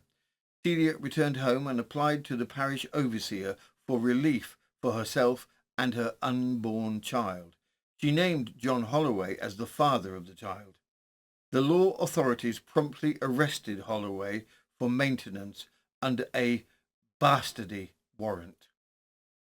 Holloway stayed in jail 5 weeks before relenting and agreeing to marry Celia. In Victorian times, this was a type of legal shotgun wedding. Now they were married. The authorities ordered the couple to leave the village of Ardingly. They moved to Brighton, hoping to find work, and for some time were housed in the local workhouse. The child was stillborn, but he managed to get Celia pregnant again before going off to sea as an alternative to living with her. That child died at age 1. Abroad, he married again, bigamously, using a different name. The woman he married was Anne Kennett, also referred to as Anne Kennard in some publications. Holloway and his new additional wife, Anne, returned to Brighton to look for work under the name of Mr. and Mrs. Goldsmith. He set up house with Anne, but continued his relationship with Celia. Despite his reported disdain for Celia, Celia became pregnant again. Once again, the authorities immediately placed an order on Holloway for 2 shillings a week as maintenance to Celia. Holloway, with his meagre sporadic wages, found it difficult to pay the required maintenance. When he did pay, it was handed to Celia through Holloway's bigamous wife, Anne, as Holloway continued to live with Anne. Holloway's resentment grew with the money he was legally required to pay Celia weekly. A plan was formed. Finding body parts. David Maskell, a labourer, was walking along a common woods path when he saw some red cotton sticking out of the ground, and after some heavy rains from the previous day, he went back to spot with a friend, and together they scratched the dirt away. The area smelled strong and bad. Alarmed, a magistrate was sought. Accompanied with a magistrate, and upon clearing away the earth, they discovered the trunk of a human being, having the head, arms, thighs, and legs severed from it. Only the things were found with the body. On a surgeon opening the body, a male child of about 8 months old was taken from the womb. The deceased was identified to be Celia Holloway. Later finding the head. According to Seven Dials, since Holloway's committal, the officers have exerted themselves to the utmost to discover the remaining part of the unfortunate female. At the suggestion of Mr. Falkland, some men were employed to empty the privy connected with 4 or 5 houses in Margaret Street, in one of which the prisoner resided. The men had got near the bottom when they found a leg with a stocking on. The next thing they discovered was a piece of bed ticking, which they took up, and, horrible to relate, found that it contained the head. The other remains of the poor creature were afterwards taken up.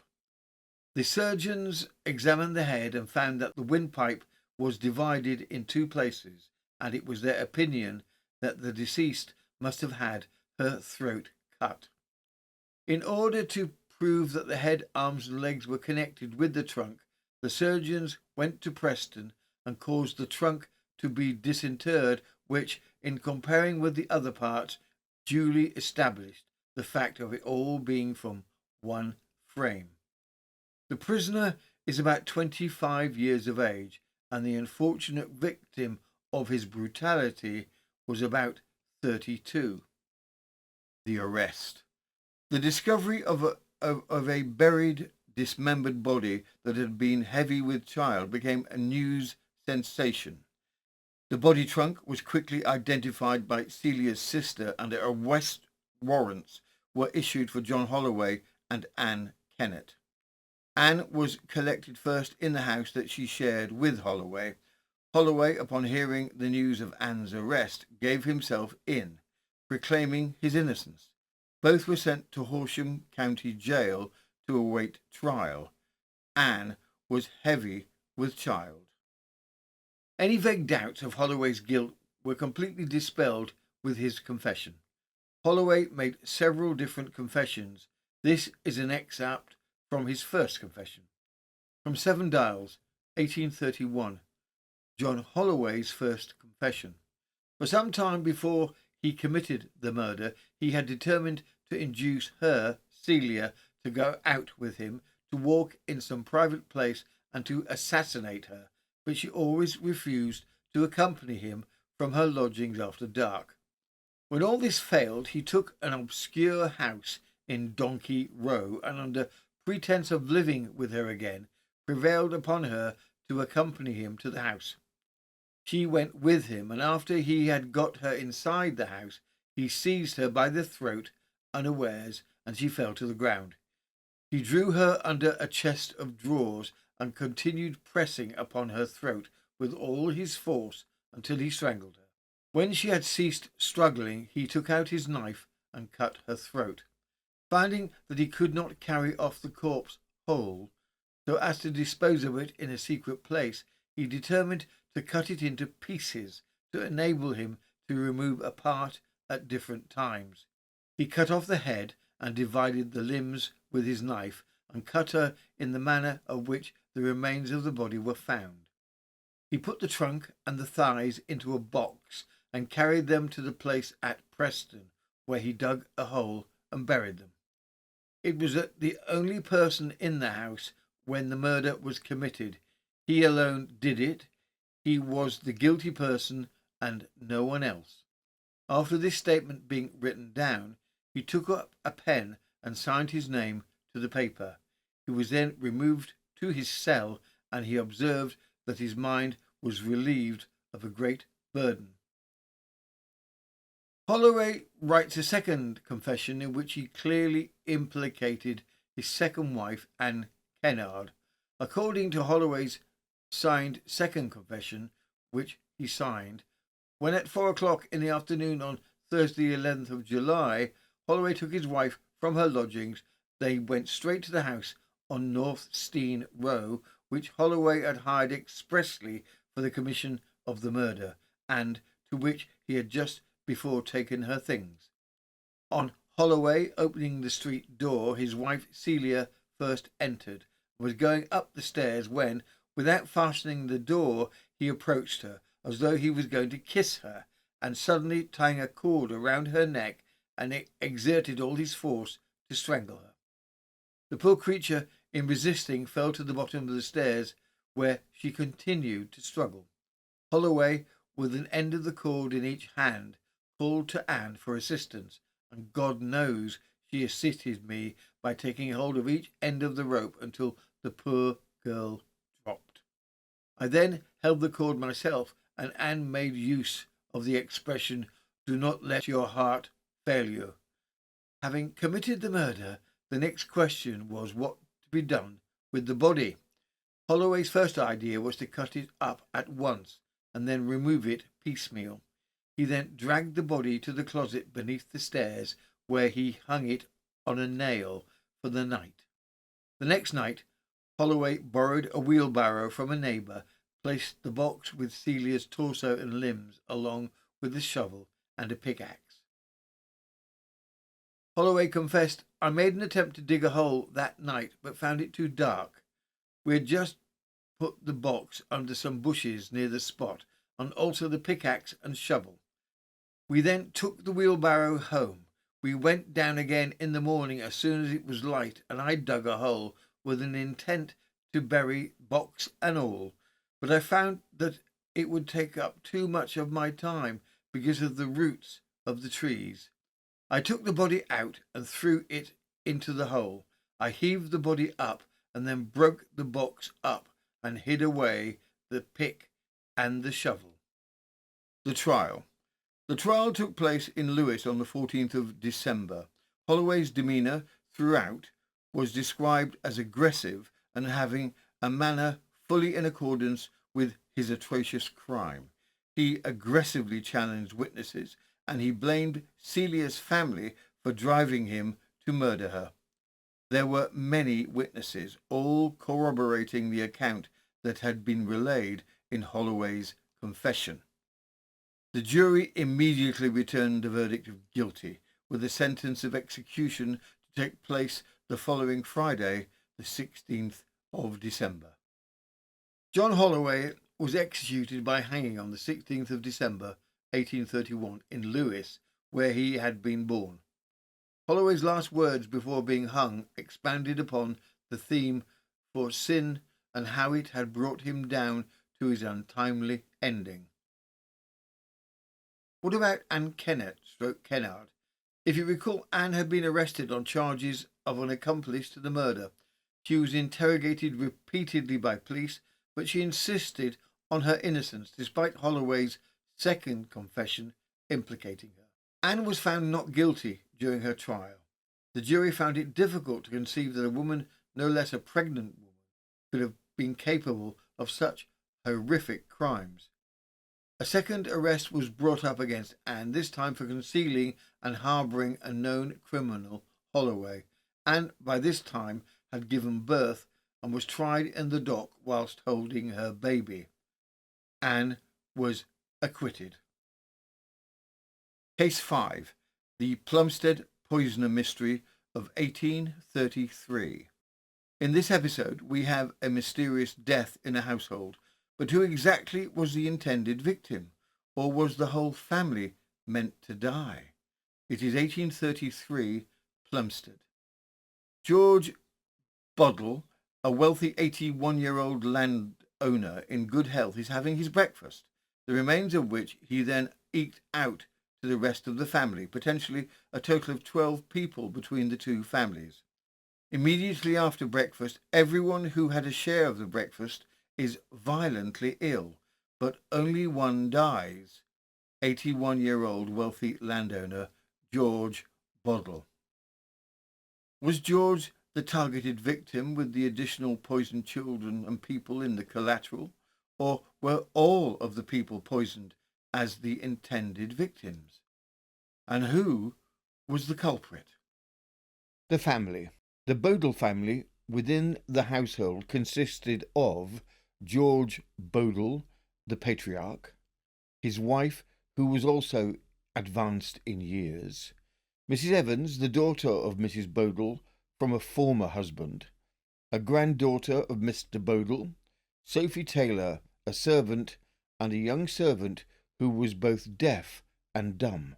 George Bodle's son, John, lived close by, but not within the household. Setting the scene. George Bodle, 81, was a hale and hearty property owner in Plumstead. He ran his prosperous farm located in Kent and his household with an iron fist.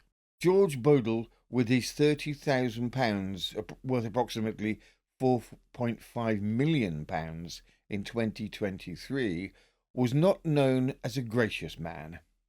George's son, John, sometimes referred to as John the Elder to differentiate between himself and his son, also known as John, worked in the fields on the wages of a common labourer. Household. The household had its own daily routine, like any household. The maid prepared the coffee and the breakfast, consisting of toast and coffee. George Bodle would have his breakfast first, and then a cup of coffee would be brought up to his wife, his second wife. He was separated from his first wife in bed. From the coffee grounds, the maid, another servant girl, and the daughter of his second wife with whom he lived would reboil the coffee grounds for their own coffee. Then the household charwoman would collect those same coffee grounds and take them back to her own daughter, Mary Byng, and her 7 children.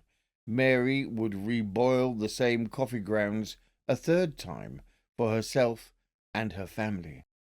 This parsimonious nature of George Bodle was well known, and then the whole family depended on him for their subsistence. The crime. The day of the crime was much like any other day. George Bodle had his coffee and toast. A cup was set aside for his wife upstairs. The 3 women reboiled the coffee grounds for their coffee, and those grounds were then handed to the charwoman to take to her daughter and grandchildren. But this morning there was a difference. Mary Byng did not reboil the grounds for her children, as she thought they looked funny, and within a short time all those who had partaken of the coffee, some 6 in all, became desperately unwell. From the Dublin Morning Register, the 13th of November 1833, murder by poison at Plumstead. The inhabitants of Plumstead near Woolwich and the surrounding neighbourhood have since Saturday week been greatly excited, in consequence of elderly gentleman Bodle losing his life by having poison administered to him in his coffee, and the rest of the family being seriously affected partaking of the same beverage. It appears that on Saturday week, Mr. George Bodle, a retired farmer residing in the village of Plumstead, was taken suddenly ill immediately after breakfast, with violent sickness and other symptoms of having taken poison. The whole of these persons were seized at the same time with similar symptoms, but not suspecting that any deleterious manner had been administered to them, they neglected to send for medical assistance until the evening. Mr. Butler of Woolwich was then called in, whom they expressed their opinion that they had been attacked by cholera, but that gentleman shortly ascertained that arsenic had been mixed with their coffee. Notwithstanding the attentions of Mr. Butler, death terminated the suffering of Mr. George Bodle on Tuesday night. The grandson of the deceased, John Bodle the Younger, was apprehended on Wednesday. At the inquest held Wednesday, circumstances were elicited to incriminate him. It appeared that he had purchased arsenic and had declared his anxiety to get the old man out of the way. He should obtain thereby 100 or 1,000 a year. The inquest was adjourned until Monday in order that a post-mortem examination of the body might take place. John Bodle was allowed to remain for the present in custody at the house of the constable. Various rumours are afloat respecting this dreadful affair. It is said that other parties are implicated. A large quantity of arsenic was found in the box of the prisoner, as well as a phial and a glass. The deceased is supposed to have been worth around £30,000, worth approximately 4.5 million today. During the inquest, a long discussion arose as to who should prosecute. It was stated that the deceased's son-in-law, a Mr. Baxter, having 13 children and not being entitled to any of the deceased property till the death of the widow, could not be expected to incur the expense of the prosecution, nor ought the father of the prisoner, though the son the murdered man, to be called on to prosecute his son. The coroner settled this dispute, binding the parish to prosecute. The prisoner appears to be perfectly firm and collected, and declares that he is innocent of the crime imputed to him. From here, the case takes on many twists and turns. George Bodle had just updated his will, leaving much of his wealth to his son-in-law, Samuel Baxter. Neither George's son, John the Elder, or George's grandson, John the Younger, were aware of the change of will. That the household was poisoned with arsenic seemed to be of no doubt, and was confirmed by the medical testimony. The arsenic was found in the remaining coffee and the used coffee grounds. George Bodle's post-mortem indicated unusual inflammation of the stomach. All eyes turned to John Sr., the son of George, as he would be expected to be the primary beneficiary from George's death. John Sr. had some prior legal difficulties. He was also known to have abandoned his family, his wife and son, and John. Both were considered testaments as to his character.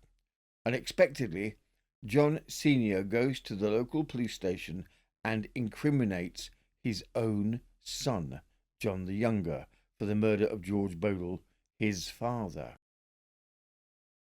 His evidence?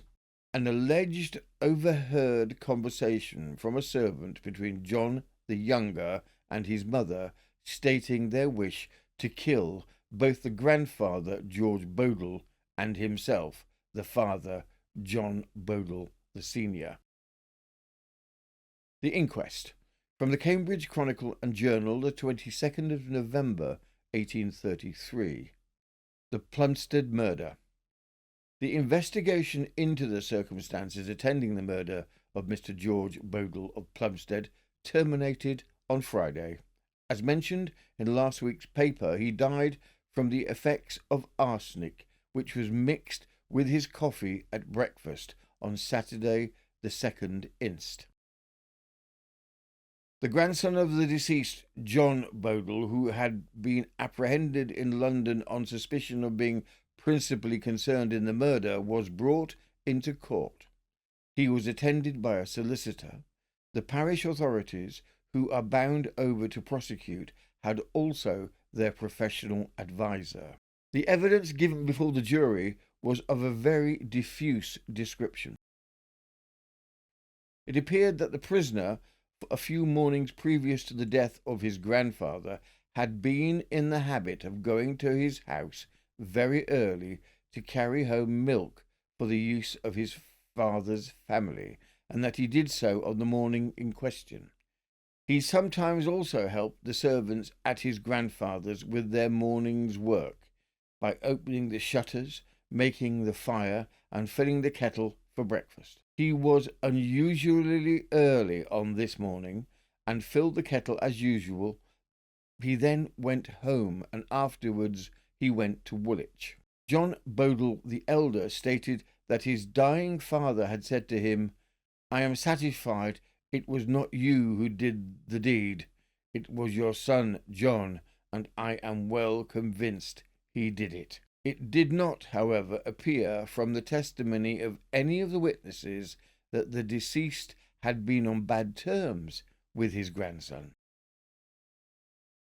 Mary Higgins, John Senior's servant, swore that she had heard John the younger, the week before the supposed murder, express a wish that his grandfather was dead, for that he should then have 100 or 1,000 a year, and that he should like his grandfather to die one day, and his father the next, on which the mother observed that it would be better one should die one week and one the next, as then they would have time to settle their business. When the news of his grandfather's being poisoned was brought home by his father, he was upstairs in his room, and asked what the matter was. On being told, he said nothing, but shut the door. A quantity of arsenic was found in the prisoner's box, which he had purchased of a chemist at Woolwich. The prisoner, John Bodle the younger, made a long statement in explanation, going to show that for several mornings preceding that on Saturday, November the 2nd, he had been in the habit of filling the kettle and otherwise assisting Sophia Taylor at her own request. He accounted for the arsenic being in his possession by saying that he used it as a cure for the itch, with which he complained he had been a long time troubled. He solemnly denied the crime attributed to him. The prisoner, John Bodle the younger, and his mother, in the most positive terms, deny that any such conversation occurred. The prisoner, when called upon for his defence, gave a clear statement of his proceedings, in which he admitted the fact of his having been at his grandfather's on the morning he was taken ill, and that he filled the kettle and put it on the fire by desire of the servant, as he had often done before. He utterly denied having poisoned the water in any way. He used arsenic for the itch, and had done so for 4 years. In this way he accounted for having so much of it in his possession. John Bodle, the prisoner's father, said that he visited the deceased and was with him half an hour before he died. He deposed that his father, the now deceased George Bodle, had whispered to him that his grandson, the prisoner, was the murderer. But 2 women who were close to the bed, and the room was so quiet that they could hear the least whisper, did not hear a syllable of this conversation. The old man repeatedly said to his son, "God bless you." Considerable suspicion rests upon John Bodle, the father. He seems to be a man of indifferent character. He had admitted having been once tried for cutting hop binds, though he said that he was acquitted. There were also 2 discreditable transactions about a horse and a bill, and his son said that 4 years ago he deserted his mother and cohabited with another woman. The manner in which he, John Bodle Sr., gave his testimony was very suspicious, and he made numerous contradictory statements. He professed to be on good terms with his son, although he sometimes did not speak to him for days together, and never inquired where he had been after several days' absence from home. He was evidently anxious to bring home the offence to his son. He admitted that on the Sunday night, the eve of the poisoning, he had left his bed and gone downstairs, but swore that he did not go out, and that he was not at his father's at all that day. The deceased kept his coffee in a cupboard and gave it out in a cup every morning, but this cupboard, where the sugar was also kept, was not fastened. Anybody in the house might have had access to it. There appeared no evidence to implicate any of the servants in either family. The jury returned a verdict of wilful murder against the prisoner John Bodle the younger, and the coroner bound over one of the deceased's executors to prosecute him at the next Kent assizes. With the inquest finding John the younger guilty of the wilful murder of George Bodle, his grandfather, John, is held at Maidstone jail as the prosecution team put together their evidence. The evidence. John's house is searched and arsenic is found. He had been involved with putting the water into the kettle in the morning, as he had done that for the last few weeks. According to John the Elder, there was an alleged conversation that John the Elder had with his dying father, where he states his father accused his grandson, John the Younger, of poisoning him. Two other witnesses in the room stated the room was deathly silent, and that they had not heard any accusation towards anyone from dying George Bodle. John the Elder himself had his own alibi of having been at his own home the whole of the day of the crime. The story gripped the national news in 1833, with the father accusing his own son of murdering his own father. Simultaneously, the defence were collecting a wide array of testimonies regarding John the Younger's good character. He seemed to have been generally well liked in the town. The trial. The evidence against John the Younger was circumstantial and weak. The arsenic was explained as a medicine for his itching, from which he had suffered his whole life. The box in which the coffee was locked was broken and was therefore open to any who wanted to have placed poison in it.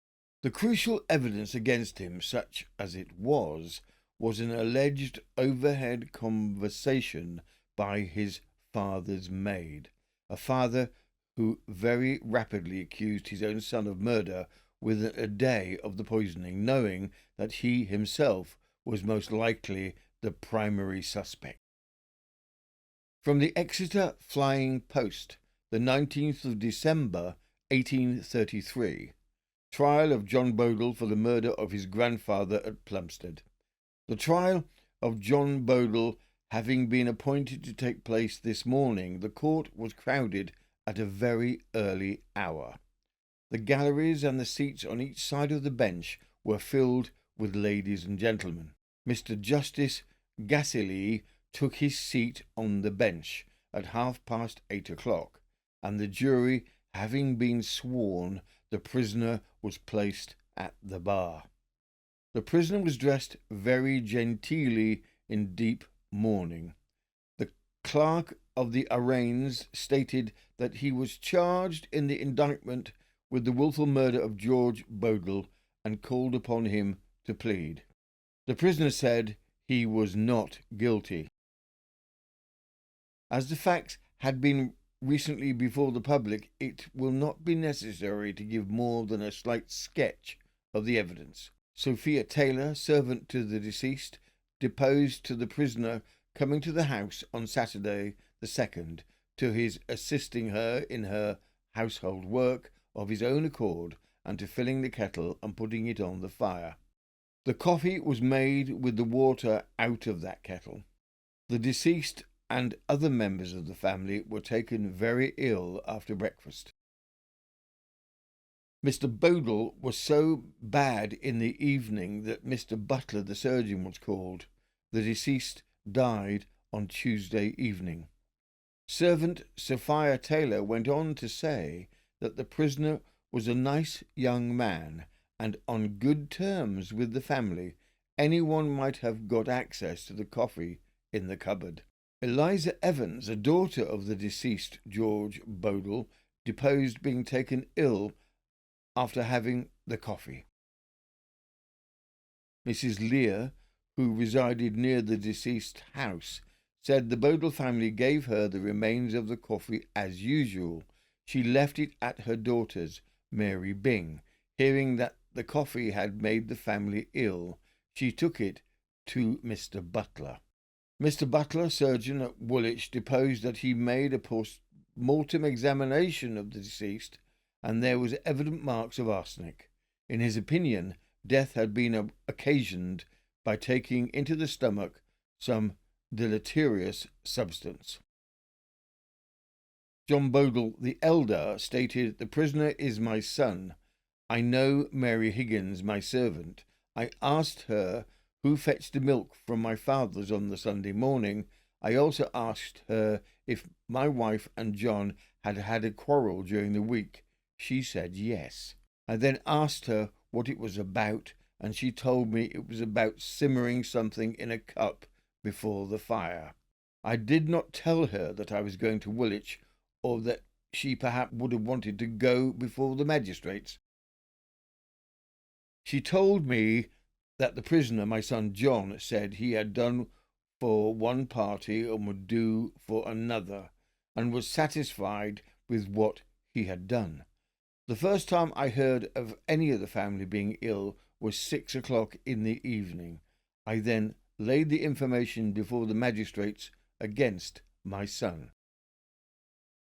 I went to Woolwich on the Saturday with Mr. Baxter and Mason, the 3 executors of the deceased, my father. I did it from a sense of justice and what I heard my father say on his deathbed." John the elder continued, "Mary Higgins, my servant, said to me that she heard the prisoner John, my son, say that he wished me dead and his grandfather dead, because then he should have had 100 or 1,000 pounds a year, to which she, his mother, replied that one had better die 1 week at the end of the other week, because that he could then settle the business. I stated this conversation before the coroner." The prisoner John Bodle the younger's defence. The prisoner, on being called upon for his defence, said that he was perfectly innocent of the crime imputed to him. He then handed in a written defence, which was read by the officer of the court. It ran to a very considerable length. Regarding the alleged conversation, as recounted by his father's servant, that he had had with his mother regarding poisoning his grandfather and father, he stated, "I solemnly declare those words never passed my lips. No such thought ever entered into my imagination." This part of the case rests entirely upon the evidence of my unnatural father and of his servant, Mary Higgins, and I am constrained to pronounce it to be false and base fabrication. He continued, "You will recollect that my own father is the first person to accuse me of this dreadful crime. He it is who, after an interview with Mary Higgins at 5 o'clock in the morning, produces her as a witness to ensure my condemnation by swearing to a conversation that never occurred.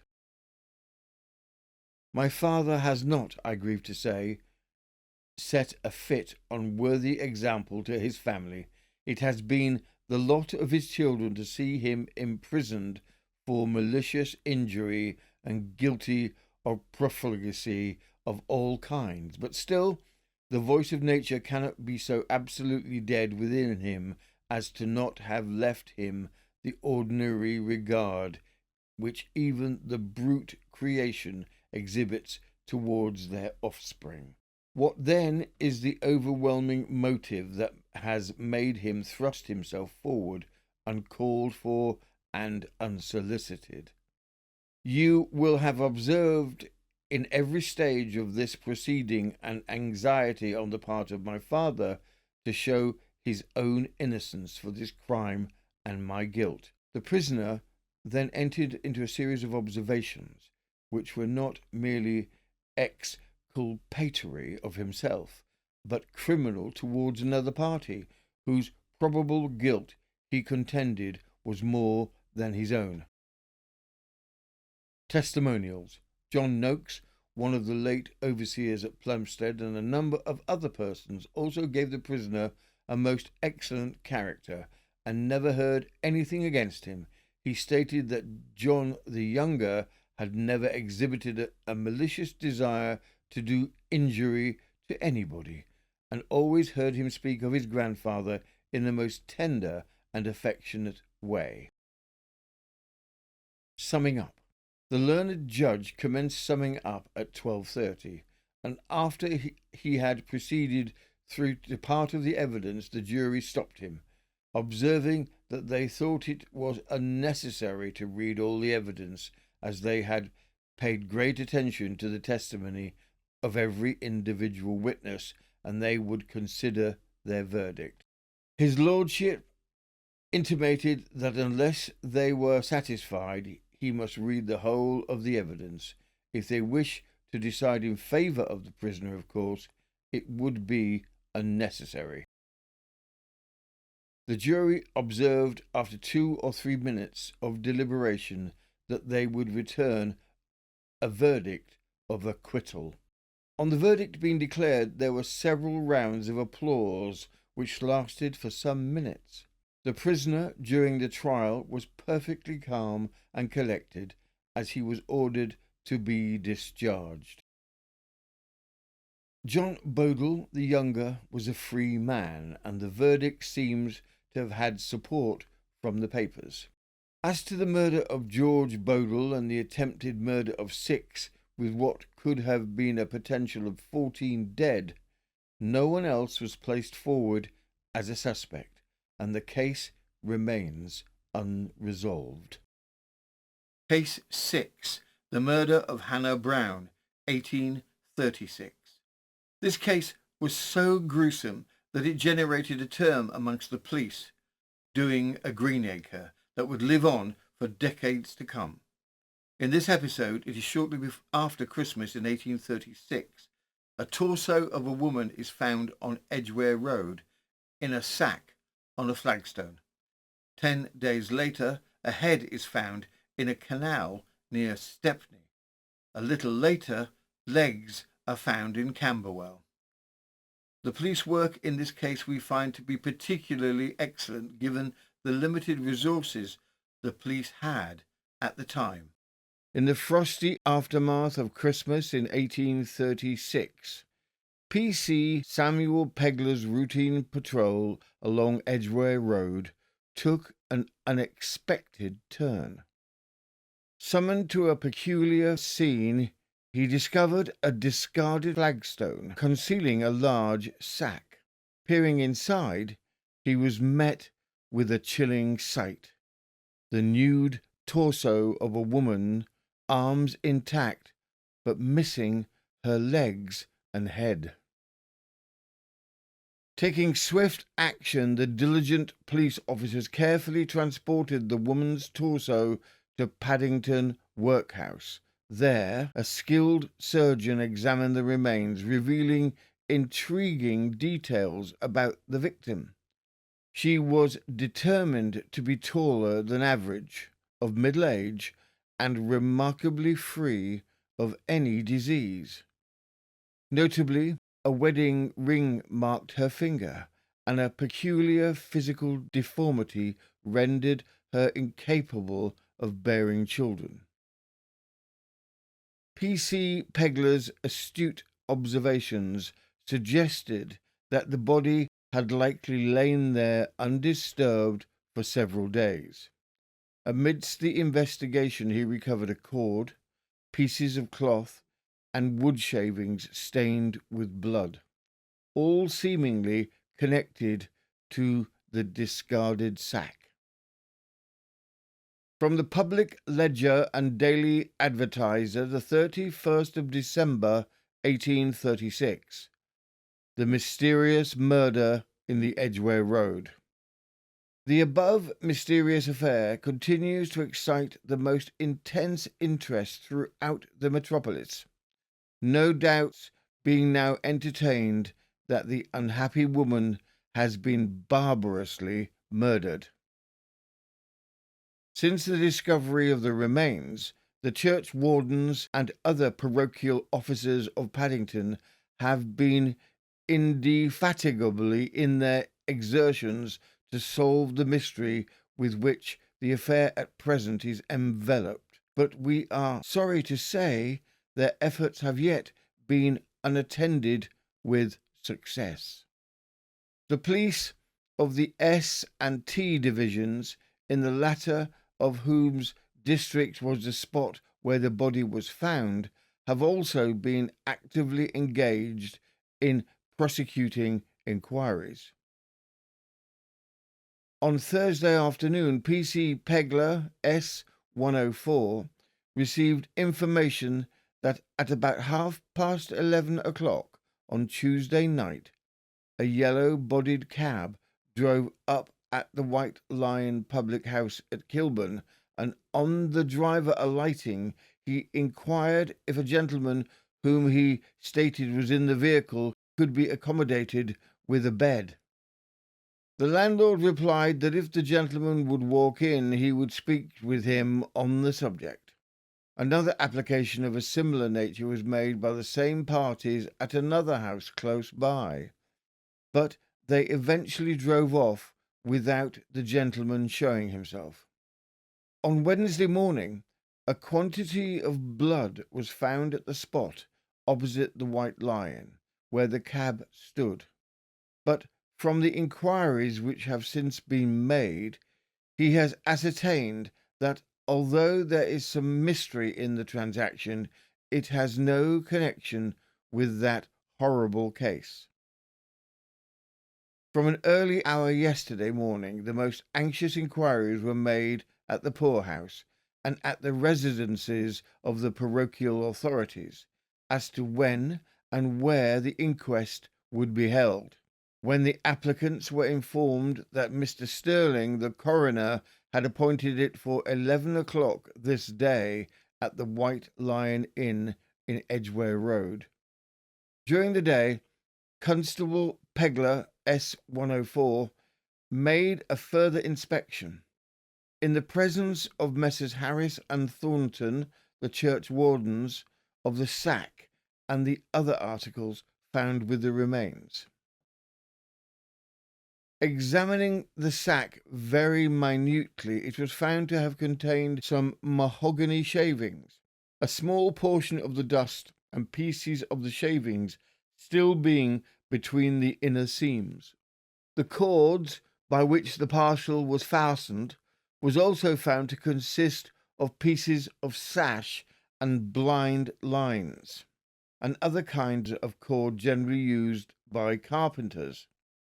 In consequence of these discoveries, further examination of the buildings near to which the remains were found will, we understand, be made prior to the inquest, it being considered probable that something may be found to throw some light on this horrible and mysterious affair. Days later, an unexpected discovery near Regent's Canal added a gruesome twist to the unfolding mystery. A lockkeeper from Stepney stumbled upon a human head blocking one of the sluice gates, severed from its body with a saw. The head belonged to a woman of approximately 40 years. Bruised around one eye and an unusual earlobe injury further marked the head found.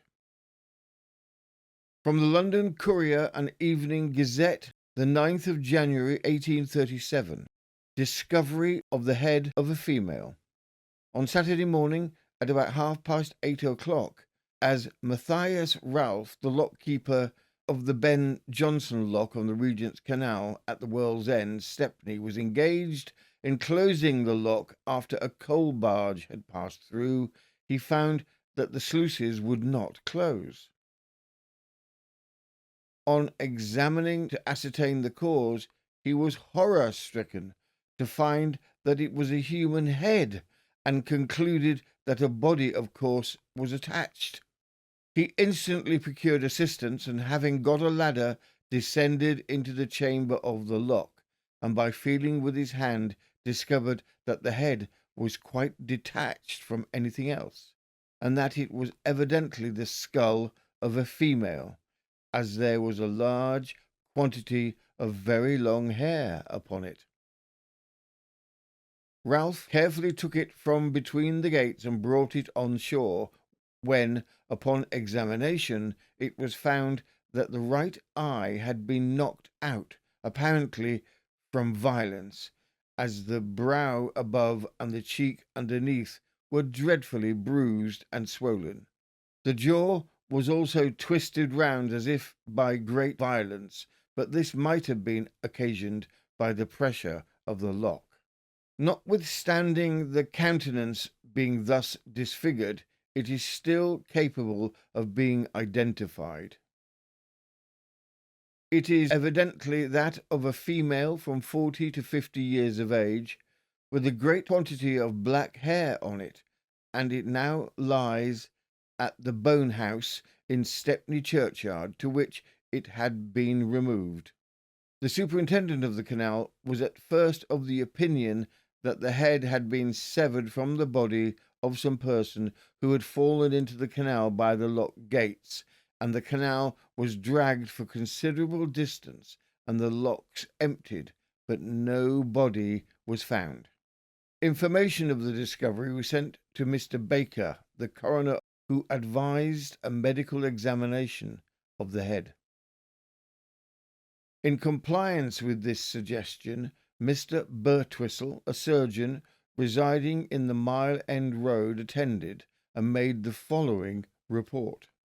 I have this day examined the head of a woman with dark hair, 40 to 45 years of age. The face is disfigured with bruises, the lower jaw fractured, the cheek lacerated as if from a blow. The head is cut off in a very dexterous manner, near the fifth vertebrae, sawn through in a rough manner, not like a surgeon would do it. It was also the surgeon's opinion that the head had been in the water for 4 to 5 days. The circumstance had created a considerable sensation throughout the neighbourhood, and given rise to many opinions, but the one most prevalent was that the head belonged to the body of the female discovered some days since at Edgware Road. A meeting of the parochial officers assembled in the committee room on Paddington Green at 7 o'clock on Saturday night, when, after consulting together, it was determined that an application should be made to the authorities of Stepney for the head, that it might be brought to Paddington and compared with the trunk, which will be exhumed this day. In the course of the afternoon, a boy about 11 years of age, named Butcher, residing in New Church Street, Portman Market, was brought to the station house by Inspector Stubbs, who stated that the boy had brought a pair of earrings to the station house at Harcourt Street in Marylebone, which he said he had found near the spot in the Edgware Road where the trunk had been discovered. On Friday afternoon, as he was passing, he accidentally drew his foot along the footpath close to a pile of slates, which had adjoined the stones behind which the remains were deposited. When hearing something clink, he stooped down and found the earrings in question, which had evidently been covered by dirt and snow. They are of the commonest description and in imitation of gold filigree, and have evidently been worn by a person of the lowest class. Inspector Feltham took down the boy's statement in writing, and he was then allowed to depart. It is to be presumed that these earrings belonged to the unfortunate female, the discovery of whose trunk had created such great a sensation, and also led to the inference that the cart, which was seen at the spot on Saturday evening, must have contained the whole of the body. Reflecting the customs of the time, the preserved head was exhibited in spirits, a macabre spectacle meant to assist in her identification. However, rather than providing concrete evidence, this morbid display only fueled the public's morbid curiosity. 8 weeks later, a fortuitous find occurred in Camberwell, when an individual stumbled upon a discarded sack containing a pair of legs nestled in a ditch. Remarkably, the legs appeared to belong to the same victim, completing the macabre puzzle. Yet her identity remained shrouded in mystery. From the Surrey and Middlesex Standard, the 4th of February, 1837. Supposed discovery of the legs of the woman whose body was found at Paddington. On Thursday, as 2 labourers were employed in cutting osiers in a marshy piece of ground situated close to Cold Harbour Lane, Camberwell, they observed something tied to a piece of coarse sacking and concealed amidst a heap of weeds and rushes. Upon cutting the cord, the legs and thighs of a human body dropped from the sack.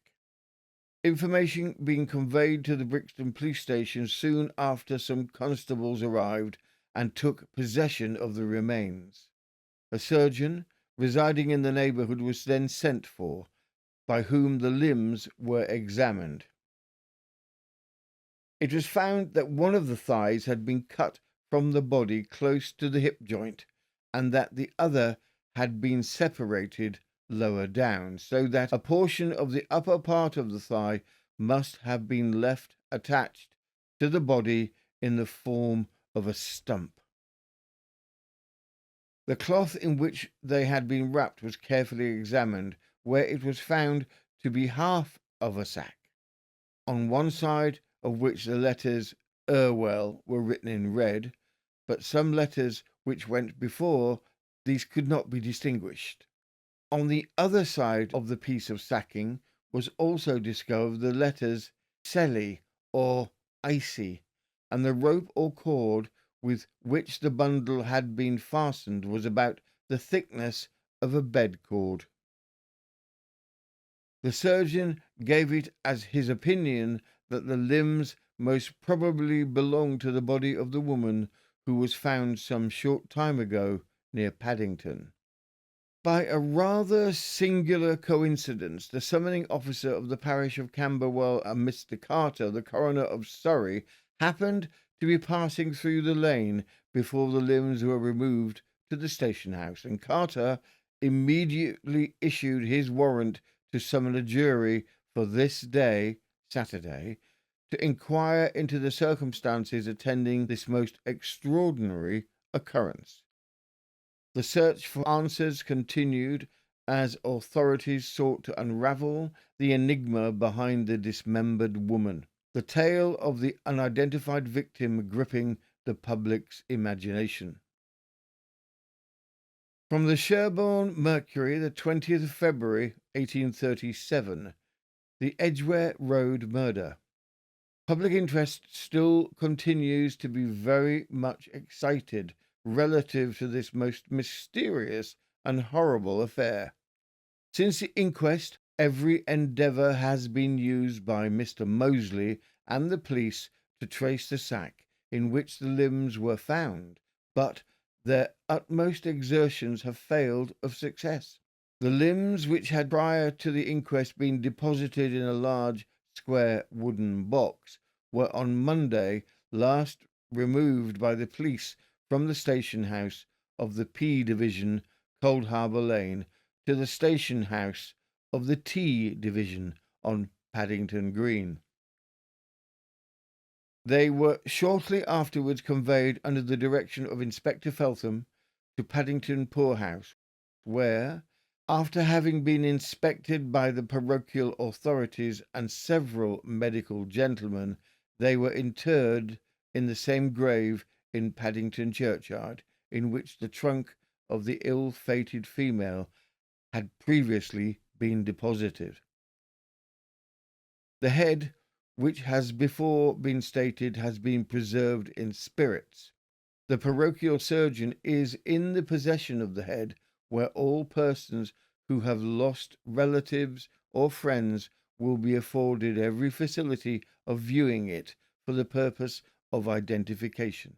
To a late hour last night, nothing likely to lead to a satisfactory clue had been ascertained, and the affair, consequently, still remains enveloped in the deepest mystery. In the midst of the unfolding investigation, a concerned individual named William Gay grew increasingly anxious about his sister Hannah Brown. With no word from her, his worry intensified. Investigating the head now kept in spirits, Gay recognized her. He recalled his sister's ear injury from a pulled-out earring and a detail consistent with the severed head discovered by P.C. Pegler. The unmistakable mark allowed William to confirm the head as that of his beloved sister, Hannah Brown.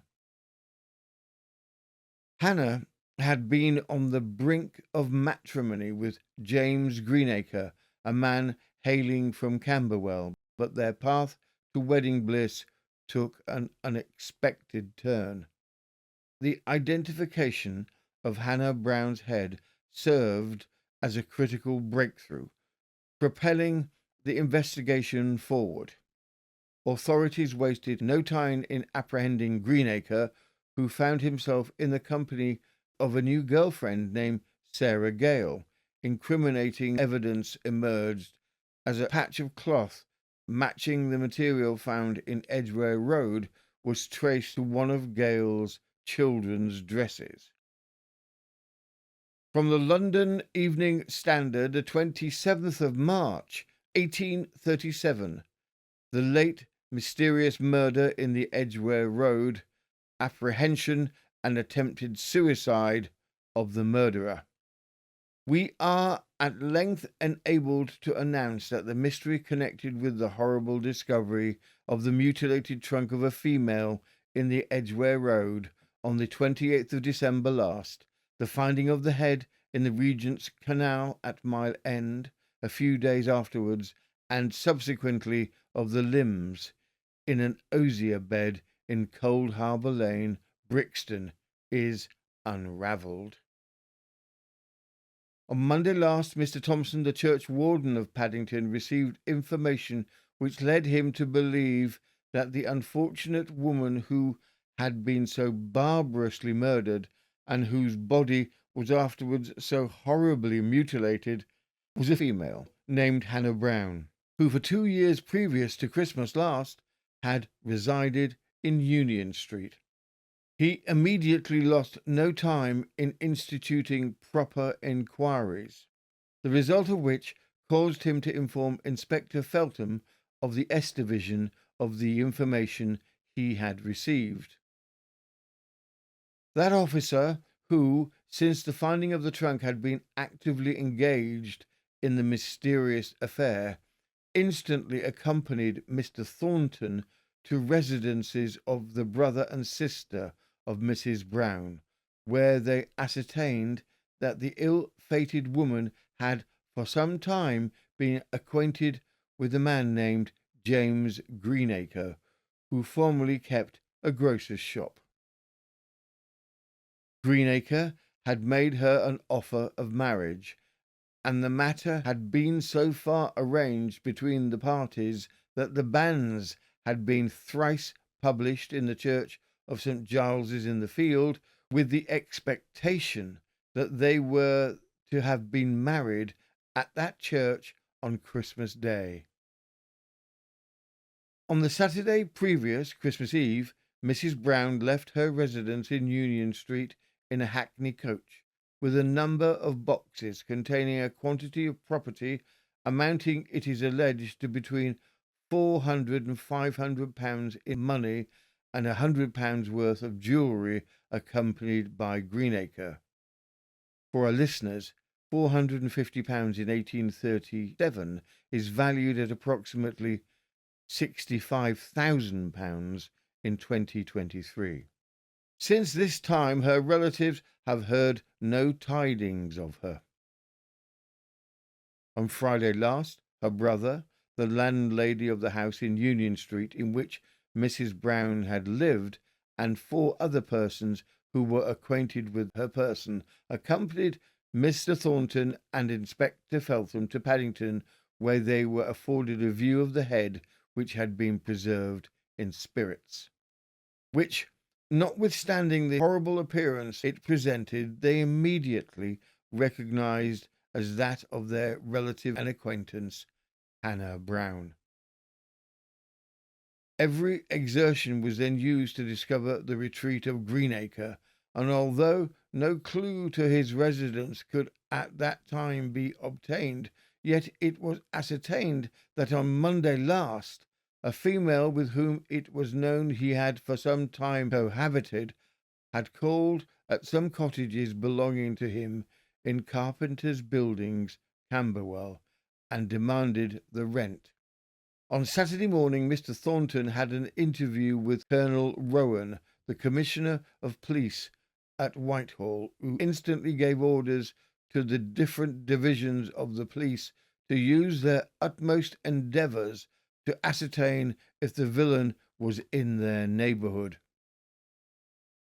On Sunday, Feltham continued his inquiries, and ascertaining at a late hour of the evening that a man, answering the description of Greenacre, had for some time been residing at number 1 St. Albans Street, Kennington Road, Lambeth, he, accompanied by a police constable of the L Division, who was on duty near the spot, proceeded thither at about 10 o'clock, and in a back room discovered the object of their search in bed with the female above mentioned. In the room were a number of boxes strongly corded, and everything exhibited the appearance of every preparation having been made for a speedy flight. On Inspector Feltham stating his business, Greenacre said, "You are but just in time. Tomorrow I should have started to America," and on searching his clothes, a receipt for the passage money was found. An officer having been placed in care of the property, Greenacre and the female, who refused to give her name, were then conveyed in a hackney coach to the station house on Paddington Green, where they arrived at about 11:30. They were then placed in separate cells and visited by the officer on reserve every quarter of an hour. On the third visit of Police Constable T132, at about 20 minutes past 12 o'clock, to the cell of Greenacre, he discovered him lying on his back in a state of insensibility, having made a most desperate attempt at strangulation by tying his pocket handkerchief round his neck and fixing a noose around his rigid foot. He had drawn the ligature so tight that it had not been so opportunely discovered, life would soon have been extinct. Mr. Girdwood of the Edgware Road, the parochial surgeon, was instantly fetched, who, on his arrival, made an incision in the jugular vein, but no blood flowed for full 2 minutes, after which, about 14 ounces having been taken, he gradually revived. On recovering his speech, he said to Mr. Girdwood, "I don't thank you for what you've done. I would sooner have gone off." The victim, Hannah Brown. Mrs. Brown was about 47 years of age, formerly lived as a cook in the service of Mr. Charles Barclay, and lastly in that of the deputy of Bishopsgate Yard, in both of which services she amassed considerable savings. James Greenacre appeared to be nearly 50 years of age, of forbidding aspect, with an overhanging brow. He is a widower and had previously been in America, where he carried on the business of a washing machine maker and carpenter, but failed just before he returned to England. He has 3 children by his late wife. The trial. Initially denying any knowledge of Hannah Brown, Greenacre eventually changed his story, offering a disturbing account. He claimed that both he and Hannah had been inebriated and that her accidental death resulted from a violent altercation, with him striking her over the head.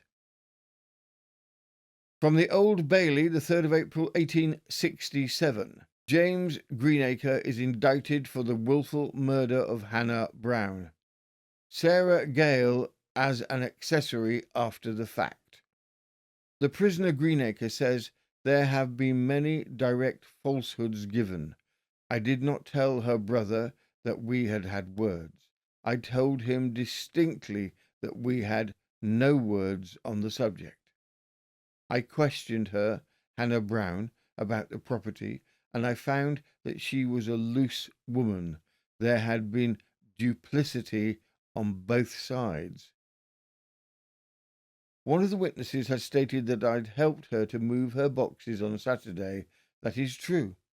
I had this female, Sarah Gale, lodging in a room, and she washed and cooked for me. I gave her notice to leave previous to Hannah Brown's coming home, and she left.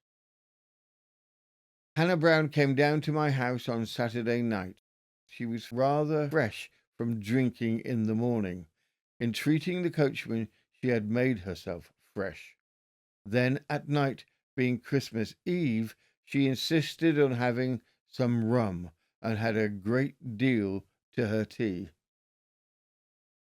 I thought that a favourable opportunity to press her for a statement of her circumstances, and she seemed reluctant to give me any answer, and I told her that she had often dropped insinuations in my hearing about having property to go into business, and she had said that she could command £300 or £400 at any time.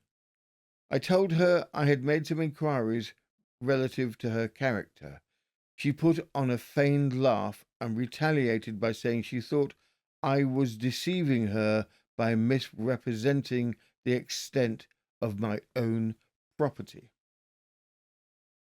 During this conversation, she was reeling backwards and forwards in her chair, which was on the swing, and as I am determined to adhere strictly to the truth, I must say that I put my foot to the chair. It was just after we had concluded tea, and she went back with great violence against a clump of wood that I had been using, and that alarmed me very much. I went round the table and took her by the hand, and by shaking her, she appeared entirely gone. As it regarded my own feelings, it is impossible for me to give anything like a description from the agitation I was in at that time. During this state of excitement, I deliberated and came to the determination of concealing her death in the manner that has already been laid before the world. I thought it might be more safe that way, that if I gave an alarm of what had occurred, because if I had, I thought I might be considered her murderer. No other individual had the least knowledge of what I have now stated. This female who is here I perfectly exonerate. She was away from the house. This took place in Carpenter's Buildings in Camberwell. Some days afterwards, When I put away the body, I called on this woman and solicited her to return to her apartment. The prisoner Gale says, I have nothing to say. I know nothing about it. I was not at Camberwell at that time. Mr. Greenacre told me I must leave his house a fortnight before Christmas, but I could not suit myself with lodgings till the Wednesday or Thursday morning. I returned back on Monday week following the Thursday. He said the correspondence was broken off between him and Mrs. Brown, and he wished me to come back again. That is all I have to say. During the trial, medical evidence played a pivotal role in piecing together the macabre puzzle. The various body parts were meticulously examined, demonstrating their precise alignment. Notably, the medical testimony established that Hannah's throat had been sliced before her demise, and her stomach contained no traces of alcohol. Friends, relatives, and acquaintances of Hannah all said the same thing. She was a sober, industrious woman and had never been seen in the drink. Further investigation into his antecedents showed Greenacre to be a man who preyed upon women. His first wife had died. His relationship with the woman Gale, with whom he had lived for some time, was treated as a marriage. He had a wife in America from whom he had taken all her money and left her pregnant and penniless, and the fourth wife he was set to wed after the required 3 announcements in the church was Hannah Brown. From the Chelmsford Chronicle, the 21st of April, 1837. Greenacre. The written confessions of this culprit and such farther particulars as have transpired respecting him since his trial will be found in our last page. It will be seen that Greenacre has a fourth wife living in America. It has since been ascertained that she was the daughter of a coach proprietor in London, who, with her sister, emigrated to New York, where they established themselves as dressmakers, being the intention of their parents to follow them. She was only 19 years of age when she attracted the regards of James Greenacre on his visit to America. He succeeded his artifices in winding himself into confidence with her friends, and she became his wife. Shortly after their marriage, Greenacre got himself in some trouble and thought it advisable to leave New York till it passed over. He went to Boston, taking with him his son from a former marriage, who had accompanied him to America. He returned to New York after a few months' absence, returning alone. His thoughts took homeward to England.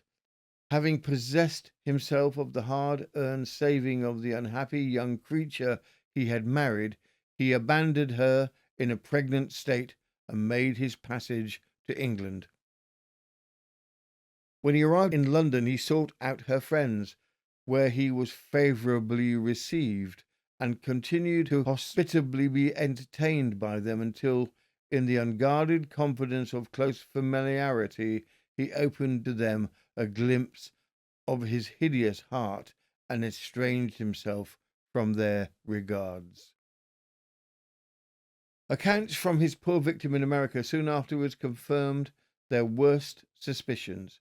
Since then, they have received letter after letter from the wretched woman in America, imploring them to send her some tidings of her husband. The last accounts represented her sinking down under the accumulated weight of sickness, want, and wretchedness into an untimely grave. Ultimately, Greenacre faced justice at the Old Bailey, where he was tried, found guilty, and condemned.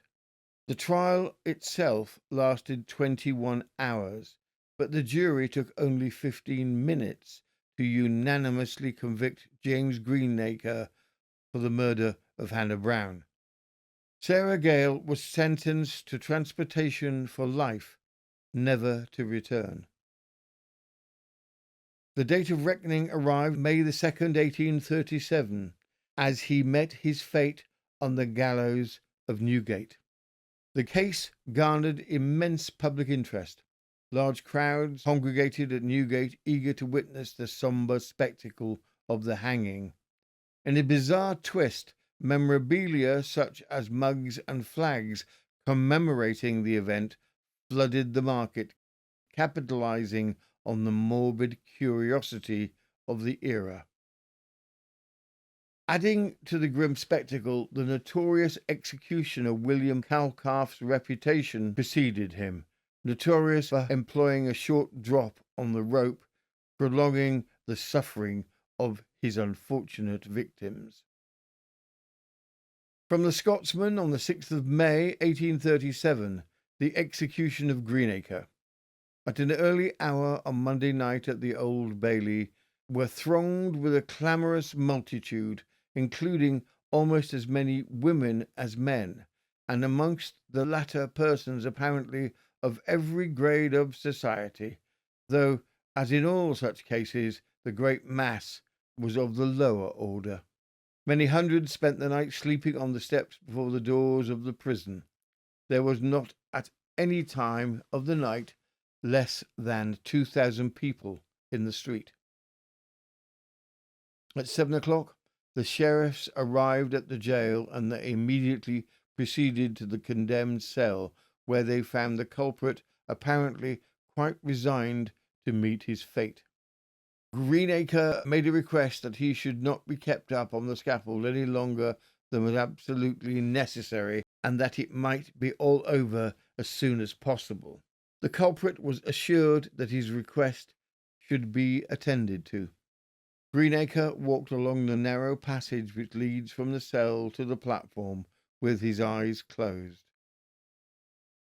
On his appearance outside, he was greeted with a storm of terrific yells and hisses, mingled with groans, cheers, and other expressions of reproach, revenge, and hatred. But he answered nothing to the last questions put to him.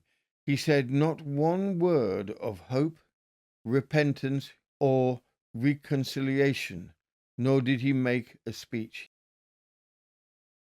He said, "Don't leave me long in the concourse," and scarcely had the last syllable fell than the signal was given and the drop fell. Greenacre was very much convulsed, and at each heave of his chest and shoulders the populace responded by a cheer, and when it was clear the life was extinct and the body of the unhappy culprit hung motionless, one tremendous cheer was given. Note: this case was so notorious that it became used in police circles to describe cases of dismemberment. Our regular listeners will remember the murder of Harriet Lane, where 1 year after Harriet had been buried, she was dug up again and dismembered, with attempts to dump her body parts in different places around London. The policeman at the time referred to having another Greenacre, a reference to this very gruesome murder. Further particulars. We conclude this episode with a further particulars case, also from Georgian times, and a parsonage that is persecuted with violent knockings. To add to the creepy factor, the parsonage adjoins a cemetery, and the tale is confirmed by a number of prestigious people in the area. V29 from the Bury and Norwich Post, the 8th of May, 1833. The following circumstance has been creating great alarm in the neighbourhood of Fakenham for the last 6 weeks. In Siddonston Parsonage lives the Reverend Mr. Stewart, curate and the rector of Thwaite. The house has a modern appearance and not at all calculated for concealment. About 6 weeks since, an unaccountable knocking was heard in the middle of the night. The family became alarmed, not being able to discover the cause. Since then, it has gradually become more and more violent until it has now arrived at such a frightful pitch that one of the servants has left through absolute terror, and the family, we understand, intend removing as early as possible. The noises commence almost every morning at about 2 o'clock and continue until daylight. Sometimes it is knocking, now in the ceiling overhead, now in the wall, and now directly under the feet. Sometimes it is a low moaning, which the reverend gentleman says reminds him very much of the moans of a soldier on being whipped. And sometimes it is like the sounding of brass, the rattle of ice, or the clashing of earthenware or glass. But nothing in the house is disturbed. It never speaks, but will apparently beat to a lively tune, and moan at a solemn one, especially at the morning and evening hymns. Every part of the house has been carefully examined to see that no one could be secreted, and the doors and windows are all fastened with the greatest caution. Both inside and outside of the house have been carefully examined during the time of the noises, which always arouse the family from their slumbers and oblige them to get up, but nothing can be discovered. It is heard by everyone present, and several ladies and gentlemen in the neighbourhood who, to satisfy themselves, have remained all night with Mr. Stewart's family and have heard the same noise and have been equally surprised and frightened. Mr. Stewart has also offered any of the tradespeople in the village an opportunity of remaining in the house and convincing themselves. Indeed, the reverend gentleman has several times spoken to the supposed ghost, demanding the cause of its being troubled, and has even attempted to use his spiritual authority to exorcise it, but all to no purpose. The shrieking last Wednesday night was terrific. It has been formally reported in the village that the house was haunted by a reverend gentleman whose name was Mantal, who died there about 27 years since, and this is now generally believed to be the case. His vault in the inside of the church has lately been repaired and a new stone put down. The house is adjoining the churchyard, which has added in no inconsiderable degree to the horror which pervades the villages when the family daily tell the tales of the previous night's freaks and screams of the nocturnal visitant. The tale is told with great elan in the surrounding villages, and those who previously were believers in the earthly visitations of spirits are as much confirmed in their opinions as if one plainly and openly had arisen from the dead, and the incredulous are made almost to believe. It is altogether a rare feast for the superstitions. As to our own opinion, it is that in all likelihood some wily practitioner of fraud has availed himself of a knowledge of the premises, a disposition to be suspicious, and a fearful reluctance rigidly to push a proper investigation to harass and annoy the family. At the same time, we must say, from the representations of ear witnesses, that the thing is so cleverly and cautiously conducted as to give it a very mysterious character. That concludes this episode of News of the Times, favourite Georgian era crime cases, and we really hope that you enjoyed the show. If you did enjoy the show, we would be grateful if you could like and share our channel with the others. YouTube is a very large and complicated community. The subscriptions, comments, likes and shares really help us to remain visible to others. Thank you. This has been News of the Times, and I am Robin Coles.